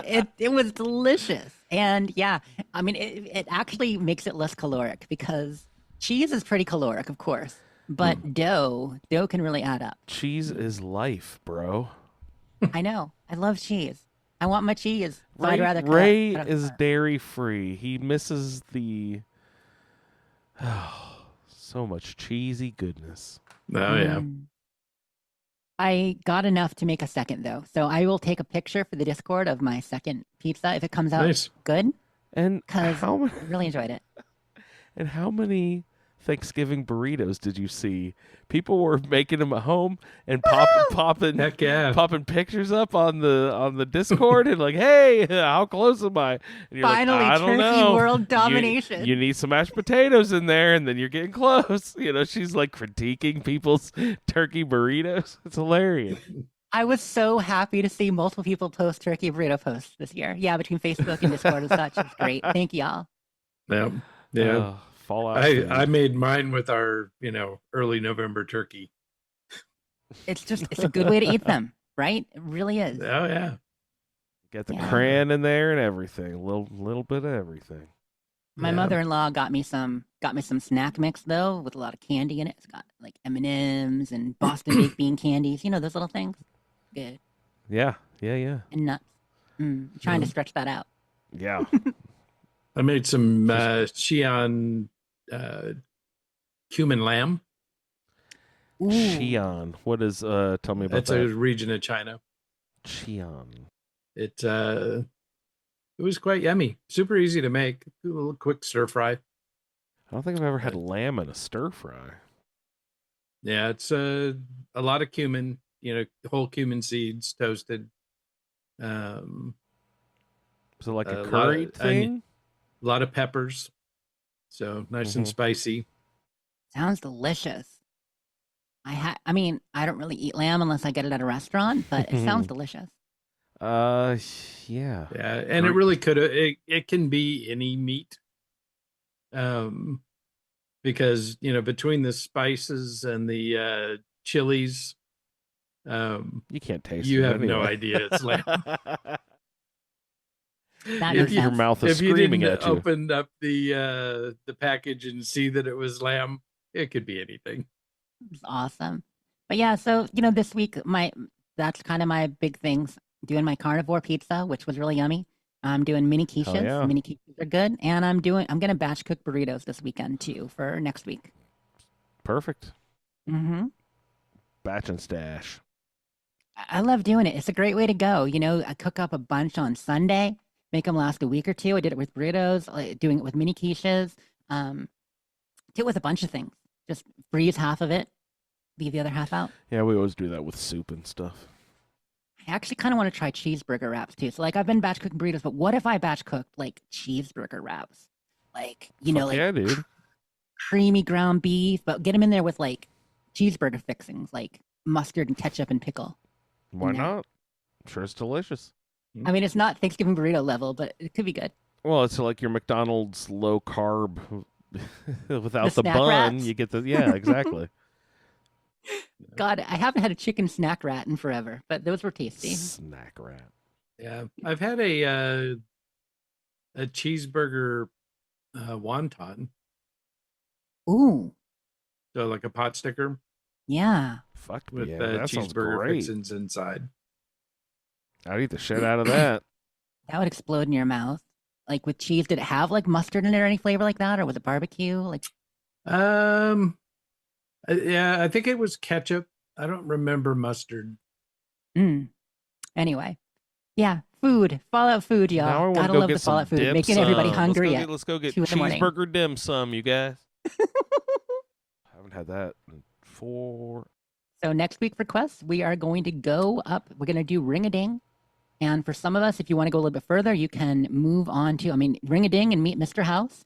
If you're doing Yes Man and you want, you can even go a little further with that and make a move there or with the Legion. But generally speaking, you don't have to. You know what I mean? You can do the change in management, even though it's on the schedule for next week. You can do change in management when you want. You can delay that a little bit if you like. But that's what we're doing next week. We're finally heading into the strip proper and heading to meet Penny. I haven't been to the strip yet. Either of you visited yet? Ray, did you make it over to the I strip proper? popped in long enough to snuff out the guy for the Garretts. Oh, right. Nice. I forgot about the kids chasing the rat around the Mormon fort. Yeah. Yep. with his little steak knife. Oh, so that's good.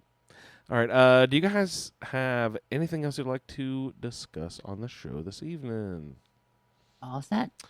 All right. Then in that case, I'd like to remind everyone, 2 weeks from now, hit us up again with your 5-minute feedback. Love to hear your stories.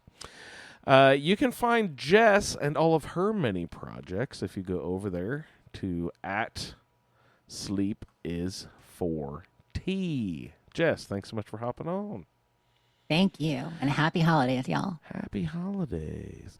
Ray can be found at RayLB, and the No Man's Sky show, the Butcher Baker Candle Maker in Space, is at BBCISSS. Ray, thank you so much, sir. Good times. I tend to hang out in the Facebook group, and everybody has been hanging out in the Discord. Hang out over there if you'd like to try to play some Perceptive Pigcorn. I'd like to thank everyone for downloading this edition of the Fallout feed. We'll see you in the Wasteland. thank you for downloading this episode of the Fallout Feed Roundtable. If you are interested in doing a play-along character with us, the show can be contacted by emailing falloutroundtable@gmail.com. For the Roundtable schedule, our Amazon link, and all other show information, please head on over to asapodcasting.com, where you will find the Fallout Feed, the Skyrimatic Podcast, our YouTube channel, the Chatterbox, as well as other content.